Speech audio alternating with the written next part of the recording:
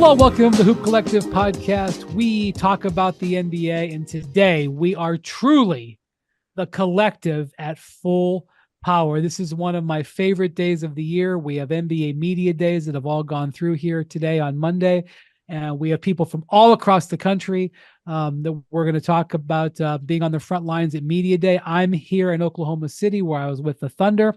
My podcast cohorts here, we're spread out, and we're going to have a great pod starting with our man Ban McMahon in just a minute. But first, joining us from New York City, where he is just back from Philadelphia, where he went to the 76ers media day, is Tim Bontemps. Hello, everybody. Big day in New York. Mets make the playoffs. Dramatic comeback win. Big day. Nobody cares. On ESPN. ESPN 2. Joining us from Dallas, ESPN Texas. 2. That's true. Where he was at the Mavericks media day today. He's headed to Nashville tomorrow to go to training camp for the Memphis Grizzlies. It's Ban McMahon. Howdy, partners. Wendy, I do not believe that this is one of your favorite days of the year. I don't believe you. I like having everybody come together on this. It's kind of hard to schedule it. Favorite pod, maybe, not one of your favorite days. No, I know. Who likes media day? Do you like media day in our business? I don't think anybody in our business likes it. But it's my favorite day is the pod. It's a very perfunctory day for everybody. It's an important day, but it's not really an enjoyable day. All right. So Dallas Mavericks out of the gate, Western Conference champion Dallas Mavericks, new look with Klay Thompson and some new support players. McMahon, how was the mood over there at the? I don't know. Was it at their facility or was it the American Airlines practice facility? And it was a chipper mood. Listen, Luka Doncic comes in, and I'll say this: Luka looks good. Like he's been working this summer. He looks svelte, and he comes in. He says, "I miss all you guys." Which last year, my first question was, I know that's sarcastic, Luka. I don't even know him anywhere near as well. What do you mean? I know that's sarcastic, Luka. It felt heartfelt, but no, I mean they're all in a great mood. Obviously, bringing Klay Thompson in for the Mavericks finally to win a premier free agency battle, and I understand this ain't prime Klay, but this was a big addition for them. And there's a lot of excitement about the dimension that he brings for a team that shot less than 32% from three in the finals.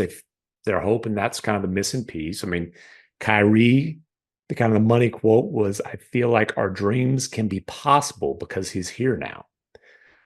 Kyrie obviously being a big part of the recruiting process. You know, they've been playing pickup the last few days since Luka's been in and Klay's been in, and a lot of excitement. And it was interesting to hear Klay kind of talk about the adjustment that he's going to have to make, going from playing obviously for the Warriors for his whole career, playing with Steph and its constant movement, the ball, the players, a motion-based offense, to playing with two elite creators where, look, there's a lot of possessions where Klay's spacing the floor on the weak side. And, the good thing is Luka's probably the best pick and roll creator in the league, and like Klay's going to get open looks. But I think the Mavericks are going to have to be careful about keeping Klay involved, making sure Klay's in a rhythm, making sure Klay's comfortable. Klay said, "I have to adjust more than they have to adjust to me." But I'm sure they're going to put in some things. They're going to have Klay coming off pin downs and those kind of things, just to, have him doing the things he's been doing so well in a surefire Hall of Fame career, in addition to, watching Luka and Kyrie work and, being available as a catch and shoot outlet. Was there any discussion about Derek Lively's three-point shooting? It was interesting because Lively really is hammered, or going last year, he was vowing, "I'm going to be a three-point shooter. I'm going to be a three-point shooter." And, he basically says, "Hey, I'll take the good shots that are there," but he said his focus this summer was really on owning the paint. Oh, I actually really like hearing that. I like that he was working on his core stuff. Yeah, Lively's a smart kid. He listens to coaching, and I don't think there will ever be an issue with Lively being confused about what he should be doing and what he can do to help a team win. And he certainly understands that offensively, the things that he does to help the Mavericks win are set good screens, roll hard to the rim, have an incredible catch radius, and be able to finish lobs, be able to pass out of the short roll, rebound. Like he's not going to confuse himself for Karl Anthony Towns. I'll put it to you like that. But, will he shoot threes on occasion? I wouldn't be surprised by that. Yeah, and so Luka. By the way, J-Kid did confirm that Lively will at least begin camp with the start in the lineup. It'll be a friendly competition between him and Gafford, but I told you guys a while back, I'd be surprised if Lively. Yeah, that's a nice lip service from J-Kid. We know how that's going to end, and that's no disrespect to Daniel Gafford, who played really well for Dallas last year. Will continue to play a lot of minutes for them. He ain't starting. Like Derek Lively is going to start. That's pretty simple to be. Well, that's ultimately what had to happen in the playoffs. I mean, the whole thing in the playoffs was a silly farce all the way through. But I mean, now we're going into the season. The young guy who's got a chance to be a truly elite player and is ready to go has got to start. So, yeah. So, the one thing that I think that Klay can do that will really be appreciated by Kyrie and Luka is he can give them possessions where he can do the heavy lifting. Klay is a guy who moves without the ball. You basically put Klay in position, and those guys can let Klay, move without the ball, and they'll deliver the ball to him, and he'll go to work. He'll either shoot it or catch it and try to create and things like that. But having that offensive weapon that can go to work when also giving those guys some time off. I mean, that's one of the reasons why he was so awesome with Steph. And that was why the Splash Brothers worked so well, is that, Steph could sometimes rest while playing because Klay could go work on the offensive end. And I think that's a great thing for Luka because, Luka has such a burden offensively. And, so I absolutely think they're going to be going to those pin down floppy action. Not that I am an X's and O's expert, but that better be the first thing they work on in practice on Tuesday is running Klay on floppy action. And I think you do a lot of, like I said, I think you incorporate that more than anything because you don't want there to be 5, 6, 7 possessions where Klay's not touching the ball. You don't want him to be just a spot up guy who's not in a rhythm. But I'll tell you a little secret about Luka. He likes having the ball in his hands. and he doesn't mind the workload on that end of the floor. I'm not saying he's not willing to share. Obviously, he's a great passer. It's funny. J.K. was like, "There's no questions about the Luka Kyrie fit going into this year, huh?" Like, no, that's been proven. I think the thing that they really appreciate the most about Klay is just how much he's going to open the floor for them. If you don't guard Klay Thompson on the perimeter and you want to let him have open looks, they will gladly deliver the ball to him over and over and over again. Teams are, he shot at 39% last year. And, people want to act like he fell off the cliff, but he shot at 39% from three last year. You have to guard him out there. And just the impact on their spacing is what they're really looking forward to the most. And again, figure out ways to do some of the things that he's excelled at throughout the course of his career as well. And just not only the spacing for Luka and Kyrie, but for Lively and Gafford rolling to the rim. When they set those pin downs, you're gonna let those guys get easy little slips or these little rolls to the rim, or just when they're playing pick and roll with the two stars. Now, and offensively, there will be some tinkering, there will be some adjusting.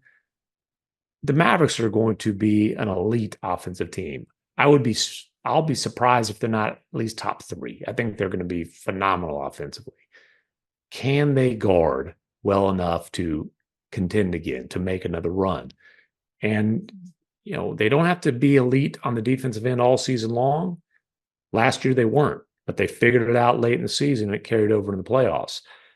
They're going to have to figure things out. And, it's going to be those 3 guys one of the rim running bigs, probably Lively, and then PJ Washington's probably starting the season as a starter. And so, Jay Kidd was asked, if that's the lineup, like, who's getting the primary perimeter defensive assignment?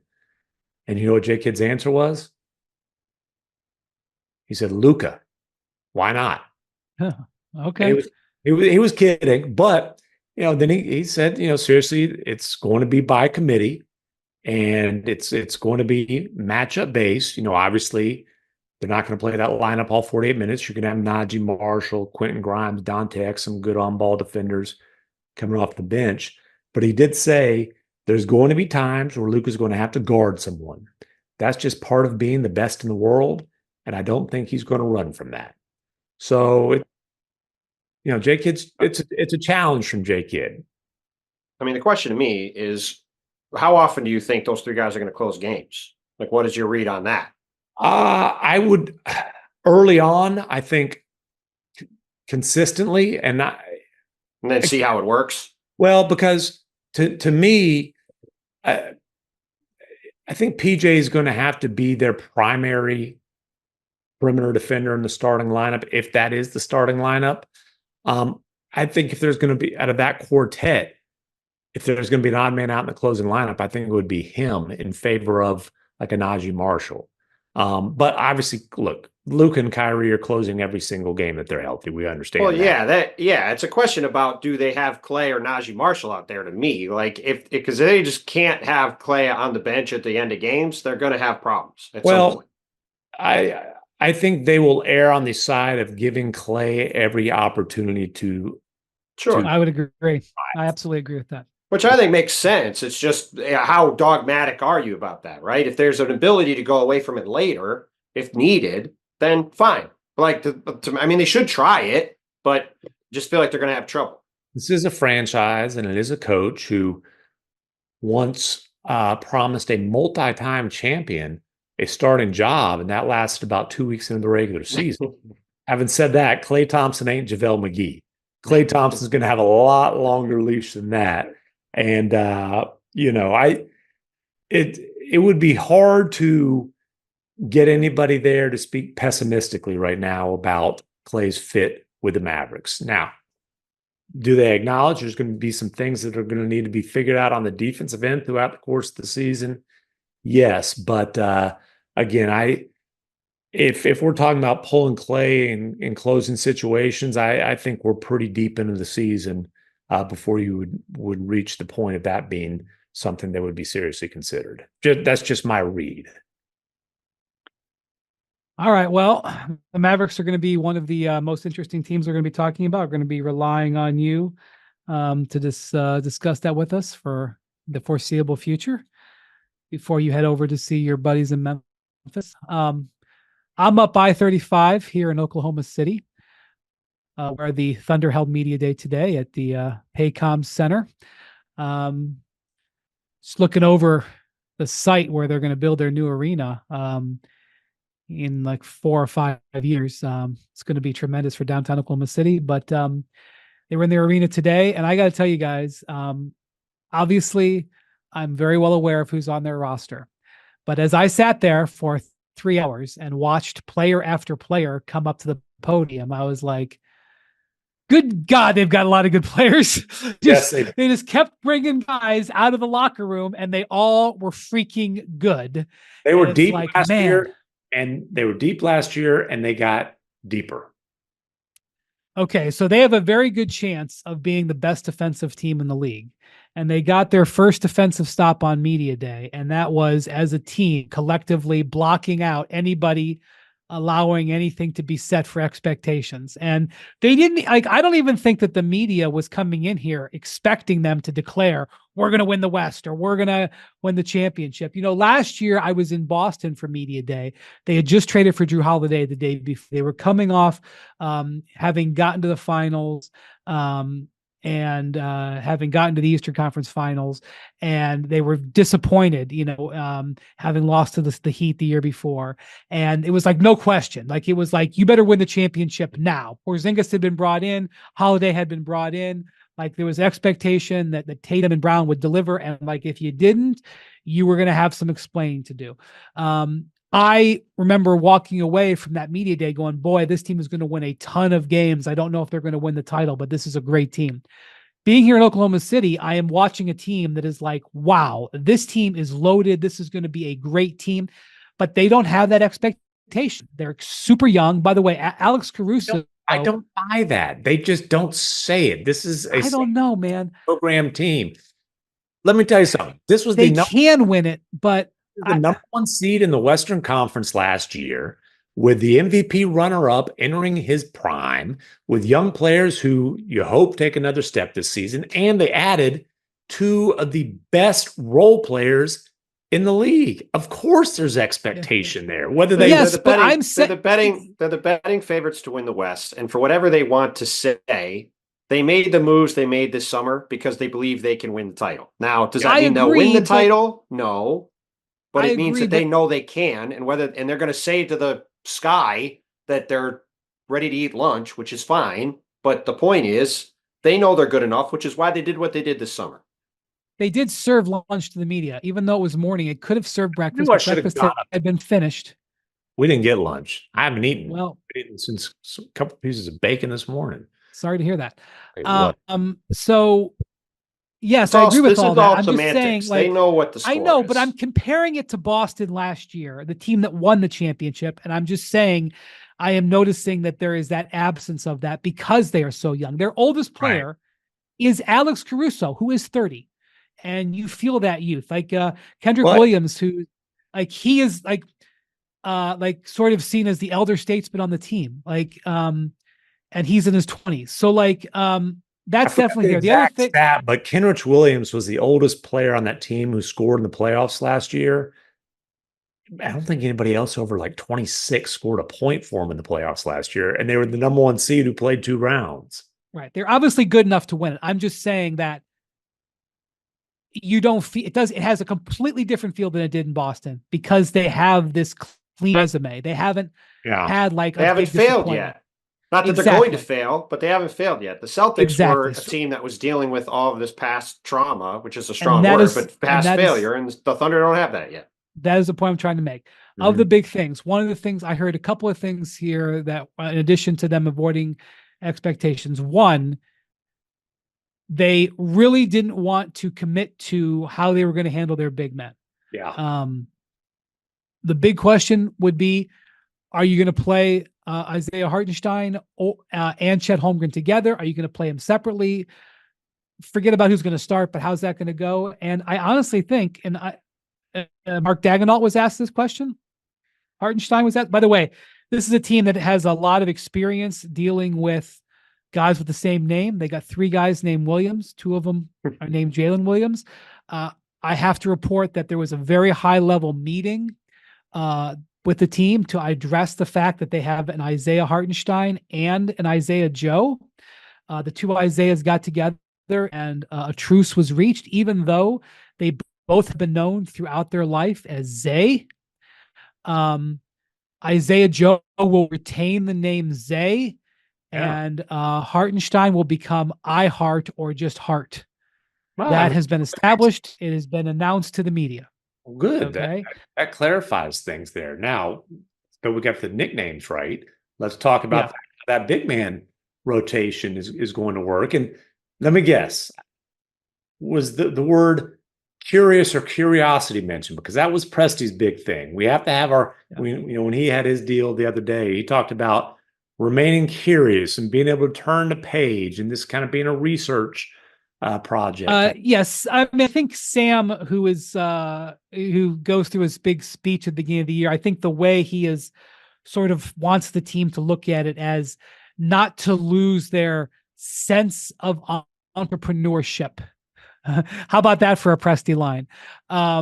That he wants them, despite the reality that they are now at the top of the Western Conference, that he doesn't want them to feel like they don't need to explore, or that this team is put together. And Shai Gilgeous-Alexander mentioned that. He said, I want us to be a contender, but I don't want us to lose the identity that we had last year, which was as this team that was very much together, very much about fun. We all saw them at the end of games doing those collective interviews. He says, I want to keep that, but also realize that we have a team that, has elevated itself. And I think they want to apply that to the big man position. So Mark Daigneault said, yes, I know that we've got these two big guys. Yes, they're going to play together. We don't know if they're going to start or if they're going to play 40% of their minutes together or whatever. We just have to watch how it comes together and see. And Chet Holmgren and iHeart said the exact same thing. They were like, we have to see. We have to go through this process. Well, they were all programmed to say the same things. I can't believe this. I got to tell you, Oklahoma City. They were all straight. They were all straight down the line. So here's how this is going to go. Mark Daigneault's best attribute as a coach, and he has a lot of great attributes as a coach. He's already proven to be one of the best coaches in the league, is he is willing to do and try things throughout the year so that they are prepared for everything when they get to the playoffs. The way this is going to go is some games they're going to start Isaiah Hartenstein, probably when they're playing against guys like Nikola Jokic and Joel Embiid and Steven Adams and whatever other big center you want to name. And then when they're playing teams that are small, they're probably going to start small. You know why? Because last year, that's what they would do every game. They would alternate lineups game to game. He would often change his starting lineup in the second half. Yes. So that's what they're going to do. Last year, they did settle into a consistent starting lineup. True. They did. And look, obviously guys miss games, and so there's some variation there, but they weren't nearly as matchup based last year. It was SGA, Giddey, Dort, J-Dub, and Chet was their starting five until they went away from that and pulled Giddey during the Mavericks series. I am curious, and again, guys are going to miss games, so there's going to be other guys who start, but I am curious to see if they have kind of a consistent preferred starting five, or if it's like you say, where it might be matchup based. And I mean, the great thing is they have a lot of legitimate options, and they've got a ton of flexibility. I still think the majority of Chet's minutes will come as the sole five, even if he's starting next to Hartenstein. But he shoots it well enough, and he puts it on the floor well enough to where he can play at the four, and you're not necessarily sacrificing spacing or playmaking. No, I mean, they got a ton of options at their disposal for obvious reasons. I mean, they're loaded. Yeah. Yeah. And just defensively, they just got a bunch of guys who are really big. So I thought one of the most right now, nobody should put, and it's no disrespect to SGA, nobody should ever give SGA an all defensive vote because he's not even first team all defense on his own team. He's not a top five defender on his own team. And by the way, Alex Caruso had an interesting moment where he kind of smiled thinking about, he was with the Thunder organization playing for the Oklahoma City Blue a few years ago, trying to hang on as a two-way guy or try to get a two-way and all this stuff.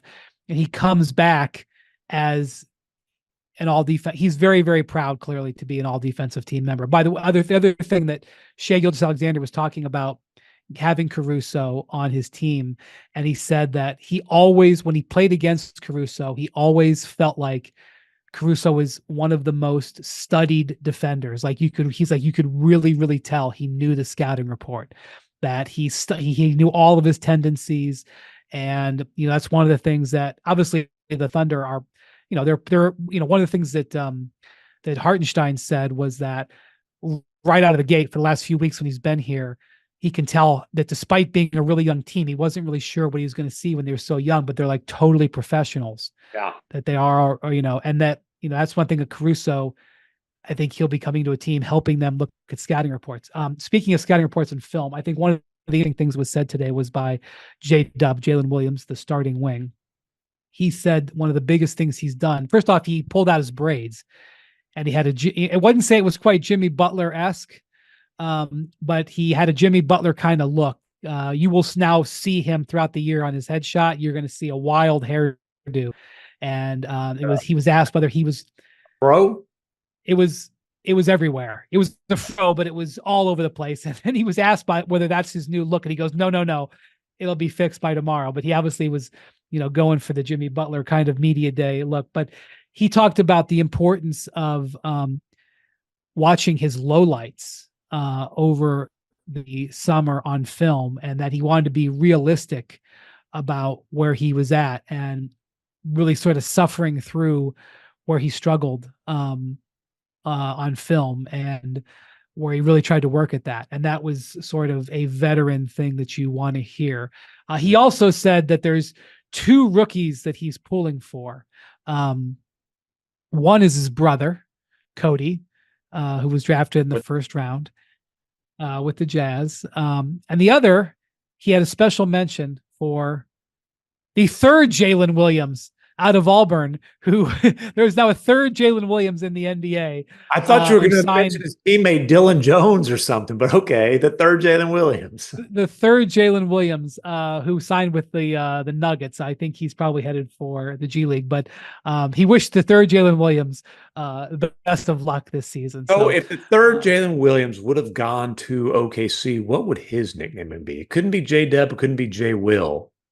It was definitely something that was discussed within the team. They were prepared for the arrival of a fourth Williams, a third. I'm glad Jalen we didn't Williams. have to deal with that. JW, I don't know, but all right, let's get Michael right in here.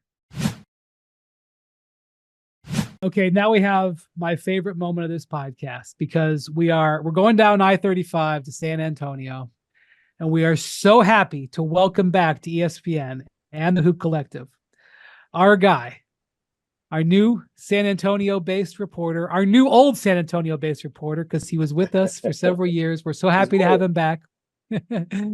Michael C. Wright, Michael Corleone Wright, joining us from San Antonio. Good to be back, fellas. Good to see you guys. You look good. You all look good. I got a question. When you say we are so happy, who are you speaking for? I'm speaking for you, because I know as another Texan, nobody consulted me on this whole thing. My Timmy loves me. Timmy loves me. No, this is a real Texan. No, I do like to, not somebody who was born in New York City. Oh, I was going to say, I like having Mike in the mix, because I had no longer had the biggest twang among our This is true. That C doesn't stand for Corleone, it stands for country, because he is not only is he a real Texan, he was a real high school athlete, McMahon. Oh, he was a real college athlete. That was a real high school. That's what I mean. He did his thing in college. All right, so you're with the Spurs today, where it was Victor Wembanyama season 2, Chris Paul season 1 in San Antonio. What was the vibe coming out of the Spurs first day together? It was just like every other vibe at every other media day. Sunshine and rainbows, man. It was funny because Coach Pop, for whatever reason, he just insisted on standing for his whole press conference. Like, he stood, and then like they were like, "Hey, we need you to get behind a mic or something, like, so everybody can hear you." He's like, "Well, if I speak up like this, can you hear me?" Like, he was being Pop, like playful Pop, and you know how it is at the beginning of the season. The way I look at it, when you look at the San Antonio Spurs, that is, if you have grumpy Pop, that means they're doing something. That means they're winning some games. Good-natured Pop is not good for San Antonio Spurs business, in my opinion. I would agree. Good-natured Pop happens when there's no skin in the game. Yeah, right. Hey, we're rebuilding. I can't just hammer on these all the time. You know, the funniest thing I saw from Spurs media days, the CP3 Wemby picture, where CP3 puts his hand on Wemby's shoulder, but he's reaching up. Yeah. Like this, right? And he's almost on his tippy toes so he can grab Wemby's shoulder. And man, hey, Wemby's arms, they're a little bit thicker than they were last year. Yeah. Not a media day. It ain't a media day without some muscle watch, baby. And I know. High-profile muscle watch here. Guys, I try my hardest, though, not to fall into the trap of saying, well, so-and-so gained 15 pounds of muscle. Like, that's the story every year at media day. But truth be told, they're listing him at 235 pounds. He was listed at 210 last year. And the way Vic tells it is that, it wasn't that I was trying to gain weight or anything. I was just trying to get stronger. And he said, naturally, when you gain strength, you're going to gain a little muscle, gain a little weight. So, I mean, that's just what he was doing. Like I would say, I think he spent like 2 months right at the end of the season before going to the Olympics. And he really wanted to try to, add some strength to, just help him be a little more stout out there. And he did that. And what happened was, he was able to go and compete in the Olympics, and he noticed the difference. He thought that it really made a difference for him. And so as soon as he got back from the Olympics, got back to San Antonio, he just went right back into the lab and said, hey, let me get even stronger. And so that's what it's all about for him. He's just trying to get stronger. And he said that naturally, it's sort of, obviously it's going to add to his ability to play through contact, but it also helps his overall athleticism. He said that by gaining strength, it sort of allows him to expand his game, which is, I don't know, it's pretty cool just to ponder here, but I'm not sure. I mean, I want to see it out there on the floor. You might know on this pod, Mike, right? We got a bet on the Spurs this year, and what the smart one of us says the under on it, and the Texan one of us says the over on it. So what is it? And it's for a dinner. It's 35.5. No, it's 34.5. That is a lie. That's First the number of all, we bet on. That is bet on 34. No, that is a straight up lie. Nope. That's wow. There's maneuvering here. We'll go back. That is straight up maneuvering. But Mike, I'm just telling you.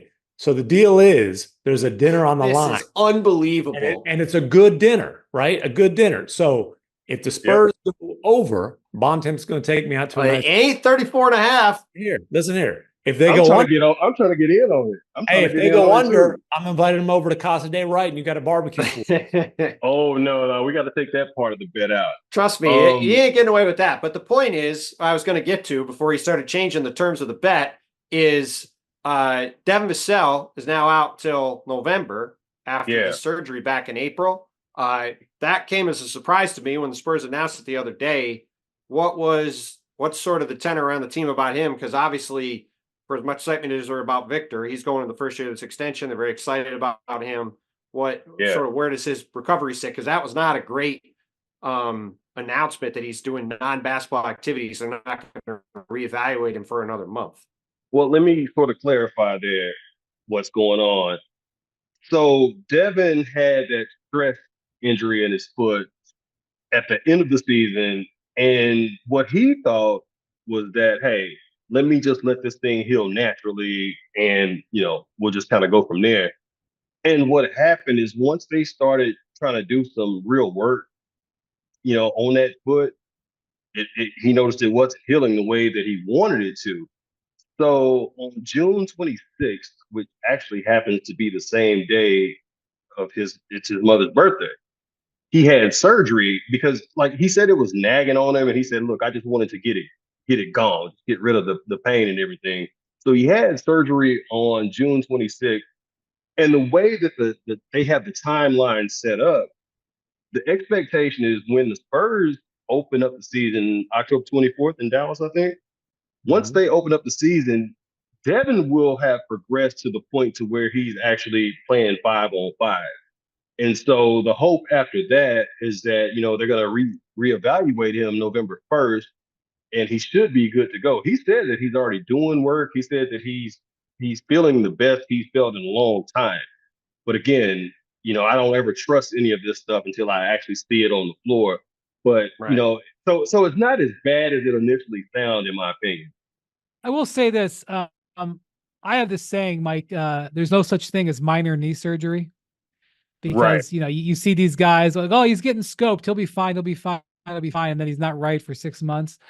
I'm starting to think that I should say there's no such thing as minor foot surgery, as I see some of these guys have issues coming back from foot surgery. I'm not quite there yet, but, foot surgery for an NBA player is pretty serious. I don't care what they say. Agree. But he did say, though, that he's actually been out there working. He's been doing stuff, and he said that, like I said, he's feeling the best he's felt in a long time. But I don't know the extent, of the work that he's doing right now out there. But, like, he has not progressed to 5-on-5 work, and that's not going to happen until about that first week of the season. Well, I'm gonna tell you, McMahon and Bontemps are gonna be watching that because Vassell's availability is a big factor, I think, in For that sure. wager. Jackson, by the way, is confirmed that it's 33.5. Ooh, 33.5. I even gave you. No, that's no. Yes, thank you. No. Oh, he said 35. No, hold Sorry, on. sorry, 35. My 35. fault. Yeah, My yeah, fault. Oh, My it's fault. on tape. It's Yeah, on tape. thank I you. misread it. No, it's I'm on sorry. tape. Jackson confirmed 33.5. I That is misread it. on tape. I misread it. I I will apologize. make sure I record that Okay. Well, look. on tape. 35.5. My fault. 35.5. Yeah. I think that's I would right. take the over. I think I would take the over, but barely. Well, and here's the deal. Like, again, go back and just look at their numbers when Wemby was on the floor with Trey Jones, when Wemby was on the floor with a competent NBA point guard, really a backup NBA point guard, but competent. Yeah. And obviously, CP3 is not playing 82 games at the age of 82 or whatever he is, but 39. Stop he's it. going to be, hey, I'm a lot older than that, so I can say it. He's going to have a real point guard on the floor with him the vast majority of the time. And, the 22 wins, that was because they were doing crazy crap like playing freaking Jeremy Sohan at point guard for the first half of the season. Facts. And that was one thing that I talked to some Spurs people about today is that, because I was like, what does it look like? Because obviously we're not allowed out there at practice. I'm like, what does it look like now with Chris Paul running the show? And the way it was explained to me is like, well, we actually look like a real team, but also we look like a team that has defined roles. Everybody knows what they're supposed to do. Like in the past, they were just trying things. You're putting, like you said, you put Jeremy Sohan at point guard. That wasn't going to work. You're trying all kinds of Be things. at the floor. You got Malachi Branham, like being an important part of your. Oh, hey, careful! You want to come back on here? You can't badmouth the St. Vincent St. Mary guy. Oh, stop it! I mean, you're gonna get all those teachers that we met up in Akron after you. He's one of the candidates to start if Devin was there. When Devin Vassell is out, I think he's going to be one of the probably top 3 candidates to end up starting in his place. But I'm saying, you're experimenting with guys like that, and I mean that's not conducive to winning basketball games. So I just think that now the focus is not trying to see what they have on the roster. It's not trying to figure out what, and develop prospects. Now the Spurs are to the point where they're saying, hey, we want to win some games. We want to try to actually make a go of this. And so I think it's there's a different approach coming into this season compared to last season. And plus, you guys know, Victor Wembanyama is not, he's not patient. He's not going to be like, oh, yeah, we can wait around. I've read these stats in this pod before, but I'm going to read them again. Post All-Star break last year, 22 games, Victor Wembanyama. This is when he's getting 33 minutes a game, not when he's playing in the mid to high 20s, when they boosted his minutes to 33 minutes a game. 24 points, 12 rebounds, 5 assists a game. He was averaging like just a little under 4 blocks a game in that stretch. Averaging more than a steal a game, shooting 33% from 3, which is not great, but certainly better than he was at the beginning of the season. Like that Victor Wembanyama with a summer of conditioning, with a point guard is coming out. 25 pounds of muscle, baby. And also, he was talking about how like he wants to kind of work on being able to make the best of like simple advantages. And he said one of the things, he gave us an example. He said, one of the things I really worked on is finishing at the rim. Like that's just something that like I've got to get better at. And so with him, I think the Olympics, it gave him a ton of confidence because he had never played in those types of pressure packed situations, especially playing at home and, in front of the home crowd in Paris. And so he was like, I want to get back to playing those types of games again. And he's like, but at the same time, I understand that it might take a while to get to play those types of games in the NBA. But I think that his success in the NBA, it really made him hungrier for the NBA situation. And like I said, he gained a lot of confidence. I mean, you scored 26 points against Team USA. That's a big deal, man. And so I think that everybody watched that, even on the team. All the guys on the team watched that and they said, "Hey, look at what we're working with here." And so there's a lot of optimism that Victor is gonna sort of take that next step, make that jump next season or this season. All right, Mr. Wright, so wonderful to have you back. Thanks for sharing some insight. Look forward to hearing from you throughout the season. Enjoy your day. For sure, guys. Good to be back. Okay, Bontemps, you're up from Philadelphia today. Sixers were having a getaway media day before they headed down to the Bahamas. Been one of the big stories of the offseason, bringing in Paul George, rebuilding their roster, retaining both Tyrese Maxey and Joel Embiid on new contracts. A lot of excitement around the 76ers. What was it like at media day today? It was weirdly quiet. Especially in Philly, where it has not been quiet very often at media day over the years. At one point, one of the other media members turned to somebody and said, "It's been really boring today. Not used to that." That's really the overarching, I think, theme from it. The most interesting thing that was said was Joel Embiid, who looked very trim when he got up on the podium, said he's lost 25 to 30 pounds. He's feeling good, wants to lose some more weight, and is solely focused on being healthy in the playoffs. And is not worried about all NBA appearances or MVPs or anything else, which I would say is the right approach, because the only thing he has left to do is win a title and have a deep playoff run. And he, as he has correctly said a bunch of times, he hasn't had one healthy playoff run yet. And if he can be healthy in the spring, we got done talking about, we've talked about this with the Bucks with Jamal Collier.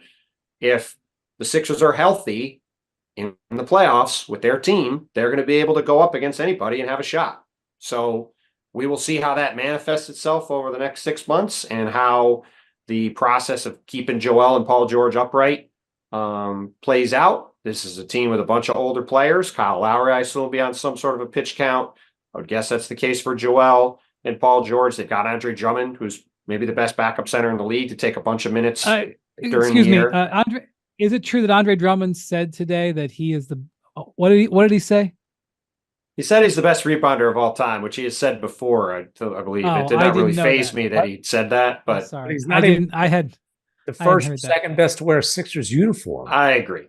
I mean, it's not even really better than Will or he's Moses. A very Yeah, it's fine. Well, Andre Drummond is an excellent backup center who gives the Sixers the ability to, and he is a great rebounder. He is a great rebounder. He's one of the best rebounders in the NBA. He's not as good as Moses Malone, and Wilt is superhuman rebounding. So we'll just set that aside. But if they have missed some games, if Embiid plays 60 games, then Drummond as a fill-in starter for 22, you could do a heck of a lot worse, especially when you have two guys capable of being go-to guys aside from Embiid. Well, and listen, let's go back to the something that came up today. Kyle Lowry got asked about navigating a season with a guy who's dealing with injuries and winning a title, which is what Nick Nurse and Kyle Lowry did with Kawhi Leonard with Toronto, right? If you go back to that season, I don't remember the exact number of games that Kawhi played. Pretty sure it was 60 or right around 60, and he didn't play any back-to-backs. Played one half of back-to-backs. If the Sixers do that with Joel Embiid, to be clear, this is not me saying they're doing that. I don't know what they're doing. They didn't say what the plan is. But if you just don't play him in second half of back-to-backs or one and a half of each back-to-back, that's already, 13, 14, 15 games he's not playing. The max that he could possibly play is 81 anyways, because he never plays in Denver. So, I don't know if that's a back-to-back or not, but you can already, pencil that one in. But, I mean, hey, not that Daryl Morey has been lacking credit during his career as a celebrity executive, but you do have to give Morey credit, because a year ago at this time, it looked like that was a franchise that was in crisis mode, with James Harden doing his whole thing. And then if that thing blew up, was Embiid going to be next to ask for a trade? And to weather that storm, get some value for Harden, have Maxey emerge like he has, and be able to pull off the deal for Paul George with a roster that has, there's deeper rosters, but they've got respectable depth. it's been pretty good roster building work over the last year. Look, they got a deeper roster than the Knicks do, and they started the summer with one player under contract. Like they've done a very good job. Now we'll see if it's good enough. We'll see if Joel is healthy. Like obviously, if the Sixers and Knicks play again in the playoffs this year, it's going to be beyond juicy with all the Villanova guys, with Cat and Joel. Like, sign me up for another I-95 series, please. That would be great. But look, this is as good a team as Joel Embiid has ever played on. They've got one of the best coaches in the league. They've got an emerging young star. They've got shooting and versatility. They've got an excellent backup behind him to not have him play that many minutes. This comes down to, can he stay on the court? And when it gets down to it, can he and Paul George deliver in huge spots when it counts? Because both those guys are both headed to the Hall of Fame. They've done just about everything else in their careers. Paul George has been to the conference finals 3 times. Joel hasn't been there yet once. Yep. The only thing they have left to do is get to the finals and win a title. That's the whole message for this team all year. That's what the expectation is going to be for them to break through finally. It was ironic, maybe not the right word for it, but the fact that Dikembe Mutombo passed away today, he was the key midseason addition for that 2001 NBA Finals Sixers team. It's the last time the Sixers got out of the second round of the playoffs. And, obviously he means a lot to Joel Embiid as, a guy who has meant so much to the continent of Africa and the sport over there and investment over there. And Daryl Morey, got very emotional. He found out about it while he was on the podium, talked a lot about how Dikembe was a huge part of the first team he was running in Houston, how he's a guy he really leaned on as a veteran player, as a young executive in the job in Houston. So it was like, that was kind of a weird, unexpected development today as part of how things went. But otherwise, things were quiet. The Sixers have a team they're excited about, and there's just going to be a whole lot of focus this year on what these guys are going to look like in April, May, and June, because the whole season is going to be about trying to have them be both as fine-tuned as possible by then, and having Joel Embiid and Paul George in particular healthy and ready to go when the games really count. What's Philly's capability of upgrading their roster during the season? Well, they are in a bit of an interesting spot. So they've got KJ Martin, who is essentially a human trade exception at about $8 million this year. They've also got several first-round picks. They've got a couple interesting potential young players. But at the same time, they're also limited because, we talked about this with the discussions of the Cat Randall trade with the Knicks and Wolves. If you take in more money than you send out in a trade, you're hard capped at the first apron. Well, right now, Philadelphia is approximately $4 million or $5 million over the first apron.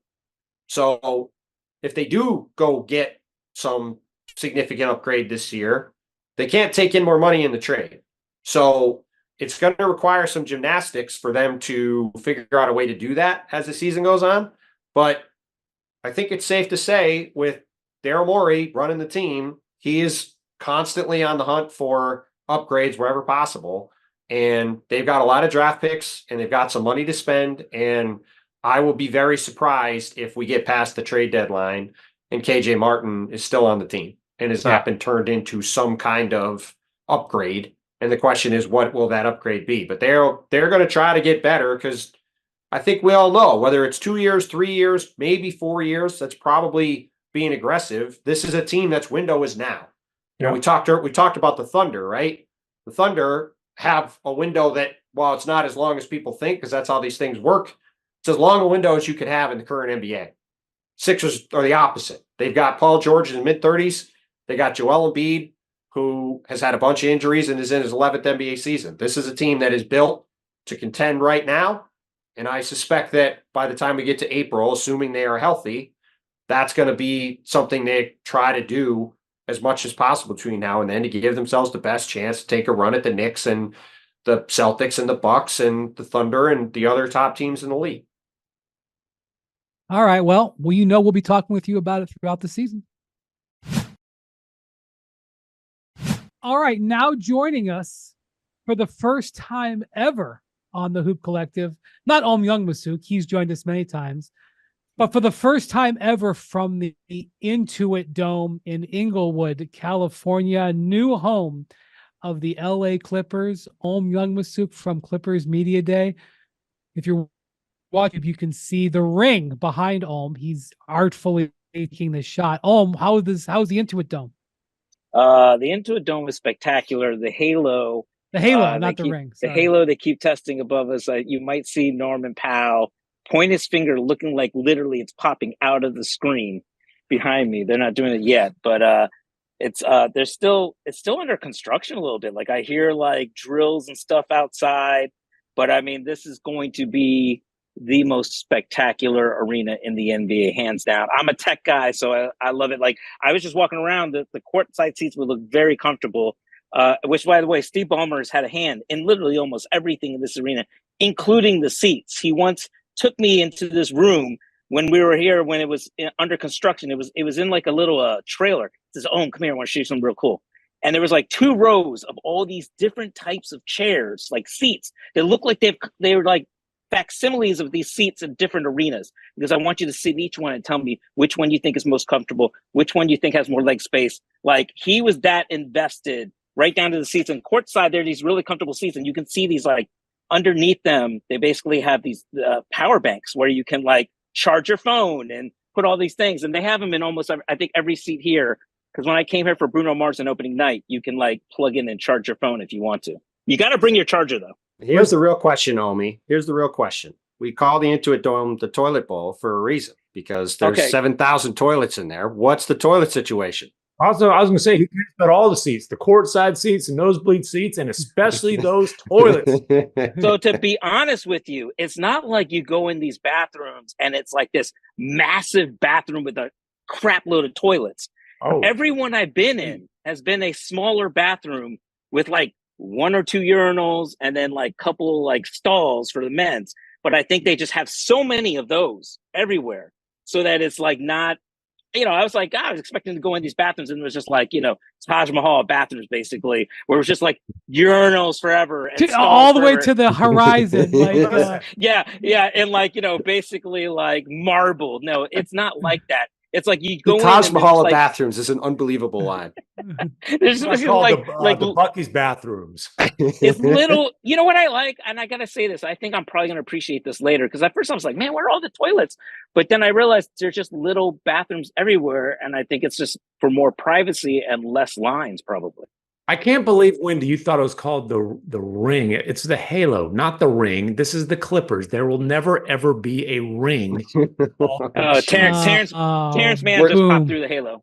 We're just starting right off with howitzers on the pod. Well, remember when they built Barclays Center? It was the Oculus that they had, the sort of the ring board on the outside. That's correct.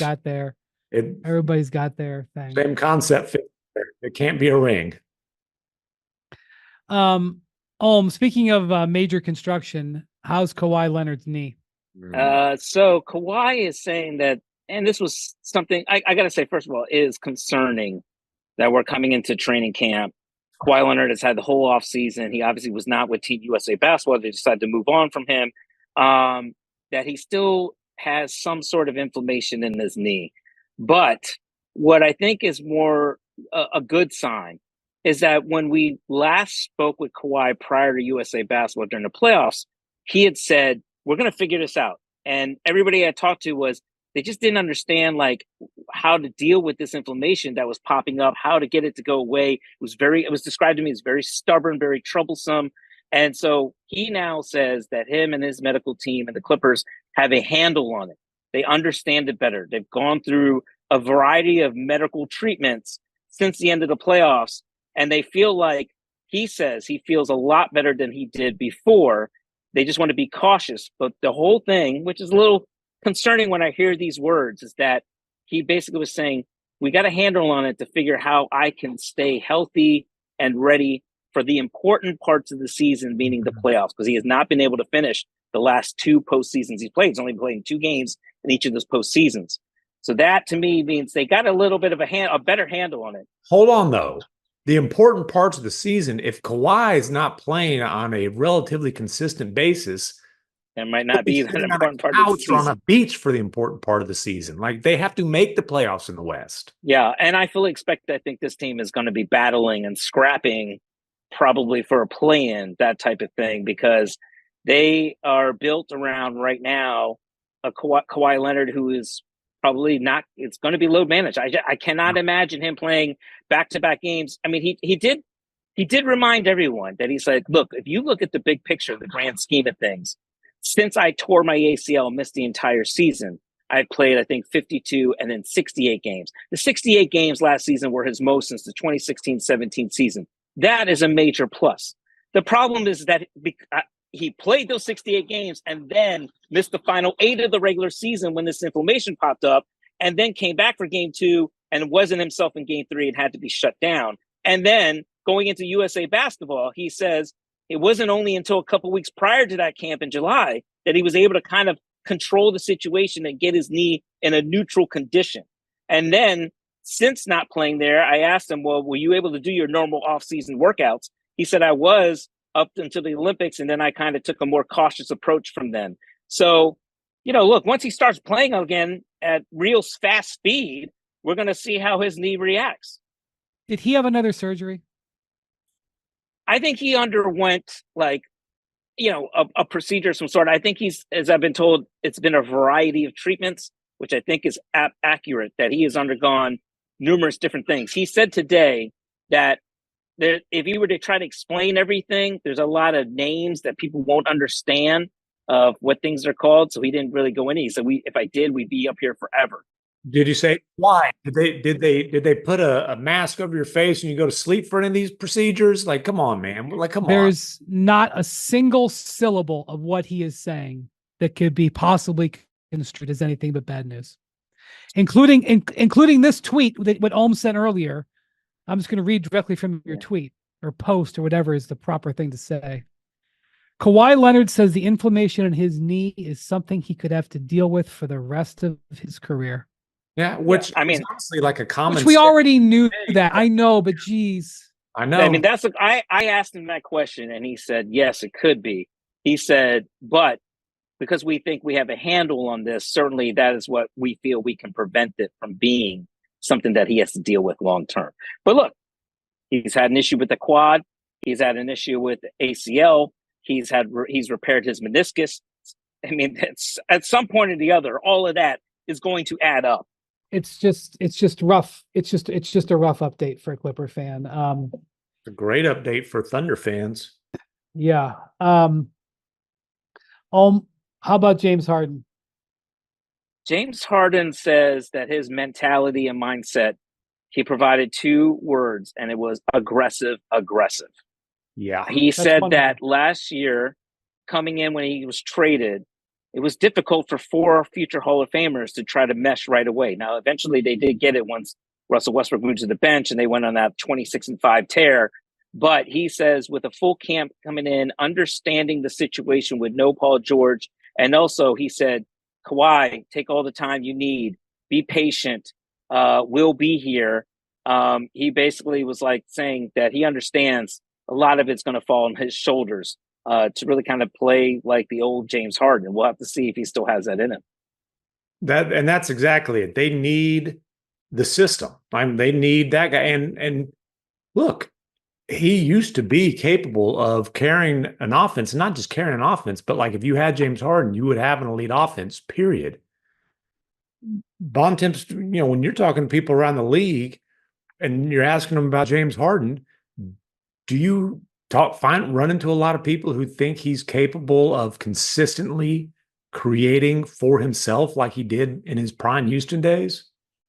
No, I mean, I think if that was the case, we'd have had a lot of teams trying to get James Harden, right? And that's ultimately, like we've talked about on the pod before. I think this season, it's going to be really a defining moment for James Harden's career at this point to see if he can still dial it up to be a guy who's a legitimate top 25 player in the league and a guy that, like if we're talking about James Harden as an all-star in February, right, then the Clippers have a chance to be pretty good because they got a bunch of versatile defenders around him. Vika Zubac's a really good center on a good contract now going forward. And like they'll have a chance to be competitive on a nightly basis with that group assuming they can get Kawhi out there at all. And if he can't do that, then they're just not going to have enough offense, and they're going to be struggling to make the play-in in the West. And like that's the whole deal.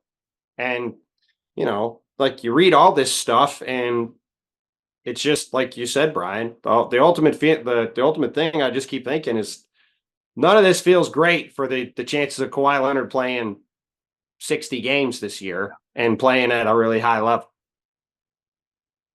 And again, years past, it's like, okay, you load manage Kawhi, maybe it'll cost the Clippers home court advantage in the first round, but like since Kawhi's been there, obviously Paul George was there as well. It's not like you went into a season thinking, well, if Kawhi doesn't play 65 plus games, they're not going to make the playoffs, although it did happen once when Paul George also missed a bunch of time.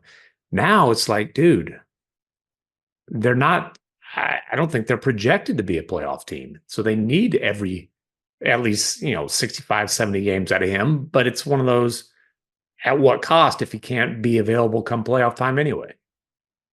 I mean, I think, look, they one thing about James Harden is perhaps he will be more comfortable in this type of role than he was with Paul George and Russ and Kawhi and trying to fit in. Like last year, he looked very uncomfortable trying to catch and shoot wide open threes. It looked like he was trying to break a habit for 10 years of basically creating his own shot. He gets to go back to that. I think he gets to go back to a ton of pick and roll with he beats Zubats and kind of making Zubats better. I would say that Zubats is probably in line for a pretty big season. His stats have gotten better and better every year. So, he's going to probably have a high assist rate. What his efficiency is going to be shooting wise and creating all that, that's going to be different because he hasn't had to shoulder this kind of load now since before Philadelphia. And since before Brooklyn. This is like he has to, this is talking about prime Houston Harden and Wendy. We've talked about his ability to get into the lane, and you see it. Can he still get by guys? And you see it in the free throw numbers that have declined every year. Part of that's role, but part of that is like, not that he was ever considered like some kind of crazy athlete, but does he still have that first step, that quickness that he used to have to be in, which was critical to him being one of the great scorers of this generation? You're headed to Hawaii. Let's lighten the mood. How about those beaches? Can I say one thing though? James Harden looks in good shape. I'll get a closer look at him in practice, but from the videos I watch and seeing him today, he looks in good shape. The Clippers also are saying, we see what everybody's saying. We see what the experts are saying, all the outlets predicting us not to do well. As Nick Batum said, the wise veteran, this is the first time in a long time the Clippers don't have expectations. So perhaps we're going to shock everybody. We still have great players in our number 1 and 2 players. And so they feel that, they're going to surprise a lot of people. That a lot of guys on this team have a lot to prove and they're hungry. We'll see. That's all nice. I'm sure training camp in Hawaii will be nice. That's where Olm is headed. Have a wonderful week in Hawaii, Olm. And I will. I'll be bouncing back and forth between Clippers and Warriors. Yes, the Warriors and the Clippers will be in Hawaii this week. Just so you know, Bontemps is going to be in Nassau. You're going to be in Hawaii. I get Nashville and Vegas. You're going to Vegas? I mean, the Mavs are going to be in Vegas. I'm going to hit. He's going to Nashville. Hit Grizz in Nashville and then bounce over to Vegas for a little bit. This is the first time I've heard you're going to Vegas. Never asked. You're right. I didn't. All right. Well, thank you. Have a safe trip out to Hawaii, and we'll talk to you soon.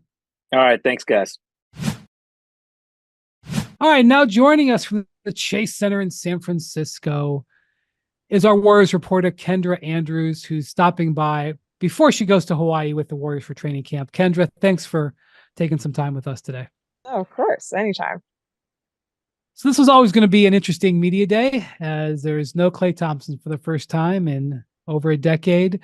So I guess we have to start there. This is obviously the elephant in the room. I know Draymond and Steph talked about it, amongst others. What was said about that? Yeah, I think there's an overall, I think back to when Klay was initially traded. And the thing that everyone kept saying, what Steve Kerr kept saying, was it's not going to feel real until we show up on media day and we look around and Klay's not there. And that's when it's really going to sink in. And that was today, right? The first day, everyone's back and there's no Klay Thompson. I do think it felt more real, but they've also been knowing this for the past 2 or 3 months now. What I think is really kind of starting to get real as this team has been doing scrimmages together over the past couple of weeks as they prepare to go to training camp is, okay, well, we know he's not here. What do we do now? I think they've moved past his departure and now they're entering, okay, what are we going to do about it so that it's not so much of this big hole? And the thing that stuck out to me that Draymond and Steph both talked about today was things are going to be very different, not just a feeling within the locker room, which a lot of the guys talked about, not having Klay's, albeit, sometimes monotone and quiet voice there, but things had to change. And here's the perfect opportunity. It's somewhat of a clean slate a little bit. Steph said, I've been entering with the mindset of my style isn't going to change, but the way I play around these guys might change. What guys are asked to do might change. It has to change. And so now they're really just trying to figure out, Klay's gone. Where do we go from here with this group that we now have? Yeah. So Steph talked about how when the Warriors missed the playoffs last year, so much focus has been on what's going to happen with Klay, what's going to happen, how they're going to change. But, let's not forget that they had a very disappointing season last year. Mm-hmm. And regardless of what happened with Klay, they had to really address this because Steph signed a contract extension in the offseason. This team is not done. Their championship window may be, seriously diminished, if not shut. But they got to retrofit their team. They made some additions, but I thought, you pointed out in your news story you wrote on ESPN.com, kind of the way Steph is looking at how things have to change this year. What did he say about that?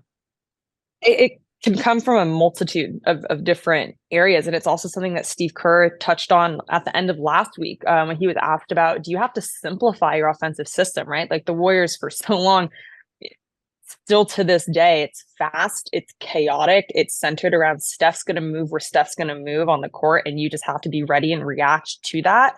And not everyone does well with it. So they're talking about, okay, if we need to simplify our offensive schemes, if we need to do those things, that'll happen. The big on the court thing that they're looking is transition. I mean, all of you guys know how badly the Warriors played in transition last season, both on offense and defense. So they're really prioritizing getting that back as their number one thing. And then also you look at lineups and combinations, and I can't tell you guys how many times last season I heard Steve Kerr say the words, oh, I'm still tinkering. I don't have a group of guys that I feel that I can go to on a night-to-night basis that are going to get us there. And so again, when they're heading into camp into Hawaii, all but 2 starting lineup spots are open because they're really looking to just whatever is going to get us back to where we need to be, whatever changes we have to make in order to get there, that's what we're going to do. So is that more young guys like Jonathan Kuminga taking on bigger roles, even a Trace Jackson Davis? Are we going to see his load increase a lot more? Andrew Wiggins, he has had 2 bad years in a row. Well, if he continues to play bad, his rope isn't going to be as long as it has been the past 2 seasons. They're going to say, actually, no, we can't play you that much. So I think these adjustments and changes that we're going to see a lot of throughout the preseason, they hope that by the time the regular season starts, they have an idea of what those concrete changes are going to be. So they're not always tinkering, but it is something that's probably at least the first few weeks of the regular season going to be a little fluid as well. The quote that stood out to me today, Kendra, was when Steph saw at least partly quoted saying, we can be relevant, which is not exactly the most stirring, inspirational speech. And I thought, Mike Dunleavy last week, you mentioned when Steve talked, right? When Mike and Steve were talking last week, I thought a very telling quote from Mike was when he was naturally getting asked, well, what about trying to do something to make this team a championship caliber team? And I thought he said very correctly that it doesn't make a lot of sense to go all in to be slightly above average. Mm-hmm. So I'm curious, from you being around them, being there last week, seeing them today, seeing how Steph and Draymond talked about things, what is this definition of success for the Warriors this season? Like, is it get back in the top 6? Is it make the playoffs in any form? Is it Yeah. be in the top 4? Like where are their heads at in terms of what would they deem a successful season amid all this? It's a good question, Tim. And it's one that we asked Mike and Steve last week. And it was interesting that you bring that up. Like they weren't comfortable putting a black and white cap on. We have to win. Steve said, well, we won 46 games last year and we missed the playoffs. So that isn't good. They don't want to put it on. But at the same time, when you look at what this team has done, I almost look at like their success from like what it can't, like they can't miss the playoffs again. That is an absolute failure. Okay. Can they make it? They have to make it past the first round to consider it to be a success. And then you start going from there. Okay. Well, who are those matchups? All those things. They want to be competitive. And for them, I think as long as they are competitive and not in this passive conversation, that to them is success, giving themselves a shot. I even think back to 2 years ago when they beat the Kings in that 7-round playoffs. Okay, maybe if it wasn't the Kings, let's say if it was a different team that wasn't all of a sudden booming on the scene. If they played the Denver Nuggets and they lost to them in 7 games in the first round, but it was a hard fought 7 games, I think they'd say, yeah, that was a good season and we really gave ourselves a chance. But you can't lose in the first round of the play-in. You can't, and you also can't be the last 3 days of the regular season fighting to even make it into the play-in. That has to be like the cushion around them has to be a lot more. And I think if they see that cushion and there is some separation from them and the teams around them, they'll feel comfortable with this team and say, we can actually build forward around this. It's not like last season where it ended. And as Steph said today, you kind of look around and say, where do we even go from here? A lot of things need to change. I have a good idea on where you can go for the future, but it doesn't seem like they are that enthusiastic about it. And that's Jonathan Kuminga. It's interesting to me that Kerr keeps wanting to pump up this Andrew Wiggins bounce back thing. And it's like, dude, Kuminga's the one who really had a breakout season last year. I mean, Kuminga's the guy who was arguably their second best player throughout the season. There was all the drama about, he's out of the rotation or he's benched for, basically the whole second half of a game. And then he's in the starting lineup. He thrived. Now he's extension eligible. What's the temperature, on the whole Kuminga situation? I think Kuminga we'll see more of him this year. And it was today, I asked him about the battles that are going to be happening in camp. And I said, look, Steve Kerr says only 2 starting positions are full, the rotation's open. And you could just see this grin kind of starting to spread across his face. I think he views, again, all of these changes that the Warriors are saying that they're open to making. Like, this is the biggest opportunity I have to fully cement myself, as you're saying, Tim, as part of this core, because it's no longer the old guys and the new guys. The old guys and the young guys. Like, the young guys are gonna have to do a lot with any success that the Warriors have, and he knows that. So he knows if he just continues to do what he's been doing towards the end of last season, all last season over the summer, there shouldn't be any reason that he should be held back. He's had this whole thing of having to prove himself every single time, right? And every time he does one thing bad, he's benched for X games and stuff. He knows that can't be the case anymore, just because, again, the leash and the rope is so much tighter. So I think that he is very aware of that. He's excited about that.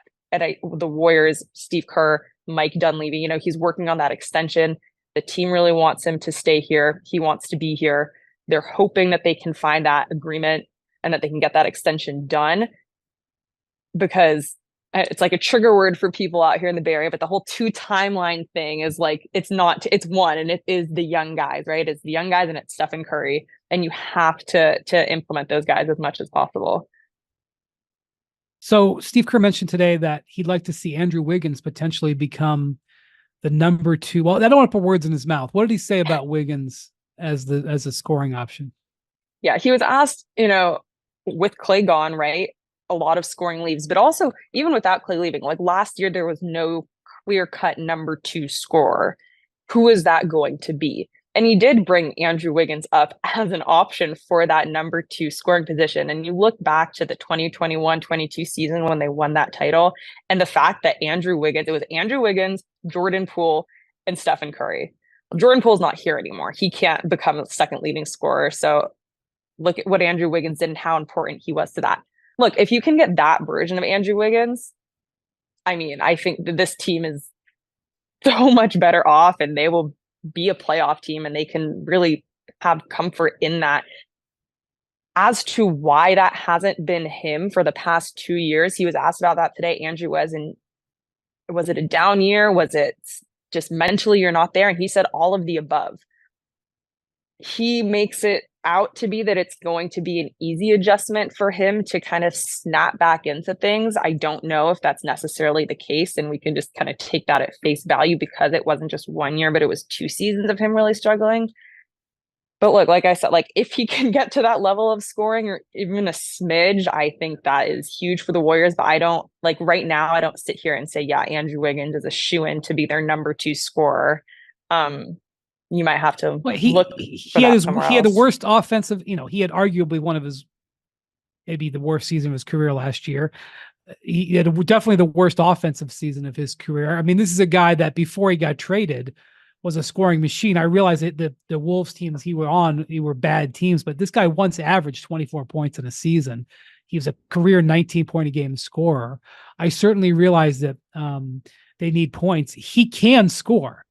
It's just a real pivot from the role he'd been playing. But I respect that they're looking internal and saying, let's take advantage of some of the talents we have on our roster. I mean, it's the same philosophy of giving the young guys like Podziemski and Moody and Kuminga a bigger role to sort of activate that aspect of Wiggins' game. That makes sense. But the question is about whether he's capable of doing it. And he didn't score nearly as well as Kuminga, nearly as much or nearly as efficiently last year. Yeah. And, today he talked a lot about, I think you can't really take too much away from what he said here today, because it's, I have to get downhill more. I need to be more aggressive. I just have to make sure that I'm taking good shots, not just, mediocre shots. I've been focusing on just involving myself more in the offense. And those, I think, are very you check the box when you say those types of things. But as you guys are saying, it's not on paper, and just watching his film for the past 2 years, it's not just, he was having a off shooting day. It's just not quite as part of his game as much. I think with Andrew, for him to be really impactful, yes, he's right in the fact that he does need to get more downhill. He does need to be more explosive, because his athleticism when he's doing that is close to unmatched on this team other than Jonathan Kuminga. But if you're looking again for a secondary scorer, who's going to be the number 2 scorer on this team, I don't know if the Warriors know who to look at outside of that. I don't can you count on a Brandon Podziemski to start knocking down more threes and that be your secondary scorer? Or is Buddy Hield just going to step right in and kind of become that secondary scorer? Is it going to be Jonathan Kuminga? There isn't a clear answer, because there's no guy outside of Stephen Curry who is 100% offense and just a pure scorer. I would love to know where the Warriors are going to be at the end of the season. You could present me a number of different alternatives and you could state your case. It's kind of a mystery. Because there are these young guys who have this upward mobility. It's not unreasonable to think that they can't lift them. The competition level in the West is just so hard, and they're so reliant on Steph and Draymond to be healthy and contributing and not suspended. I think what Mike said last week about the team being more talented and better, but still not being sure what the result is going to be, is I think the most accurate thing. I do think they got better this summer. I do think they're deeper. I do think they're more versatile. But again, are they good enough to be in the top 4, in the top 6, in the top 8 in the West? If everything breaks right, yeah, I think they could finish in the top 4 in the West. If Steph plays 70-plus games, if Draymond plays 70-plus games, Buddy Hield slots in and plays well, Andrew Wiggins plays better, these young guys take steps forward. They have a lot of talent and a lot of versatility. But that's a lot of ifs, especially on Draymond and Steph being effective and healthy and good. And you then also have to deal with the fact you're talking about a loaded West where there's all these other teams fighting for these spots. So they could see growth in a lot of those areas and finish ninth, which is why, it's hard to really gauge what's a successful season for this team, and why I think it was smart to not fire all these trade assets off to add something, because I don't think it's going to make a huge difference to where they're at ultimately. Yeah. And I think even just, again, looking at the fact that, like, they keep saying how we're so deep, and they did add a lot of pieces. And McMahon, I know you loved Draymond's quote on championships aren't won 1 through 5; they're won 6 through 10. But then I'm looking at their payroll. 1 through 5 better carry a lot of weight here. I was going to say, we don't even know who the 1 through 5 are. We know that. I mean, with all due respect to Draymond, I can't think of an example of where a championship was won 6 through 10 off the top of my head. Seriously, like, depth helps, but I'm going to tell you the primary reason that Draymond has 4 championship rings, because Steph Curry's an all-time great player, because Draymond and Klay are going to be right. And Draymond, as a Hall of Famer, has always been in the 1 through 5. I mean, exactly. So and the thing is, right now, we don't even know who their full 5 are. Like, you have Draymond, right? Okay. You have Steph. Okay. And then it's good depth pieces, but is it enough to make that 1 through 5 didn't even win 6 through 10? 6 through 10 didn't even win Team USA a gold medal. Hey, the sixth man did win a Finals MVP. Maybe that's what Draymond was talking about. Go back to Iguodala. Okay, extend it to 1 through 6. I'm not, man. Well, listen, Draymond is entertaining, if nothing else. So I hope you have a good week in Hawaii, Kendra. Thanks for stopping by, and we'll look forward to your coverage of the Warriors throughout the season. Yeah, see you soon. I'll see you guys soon.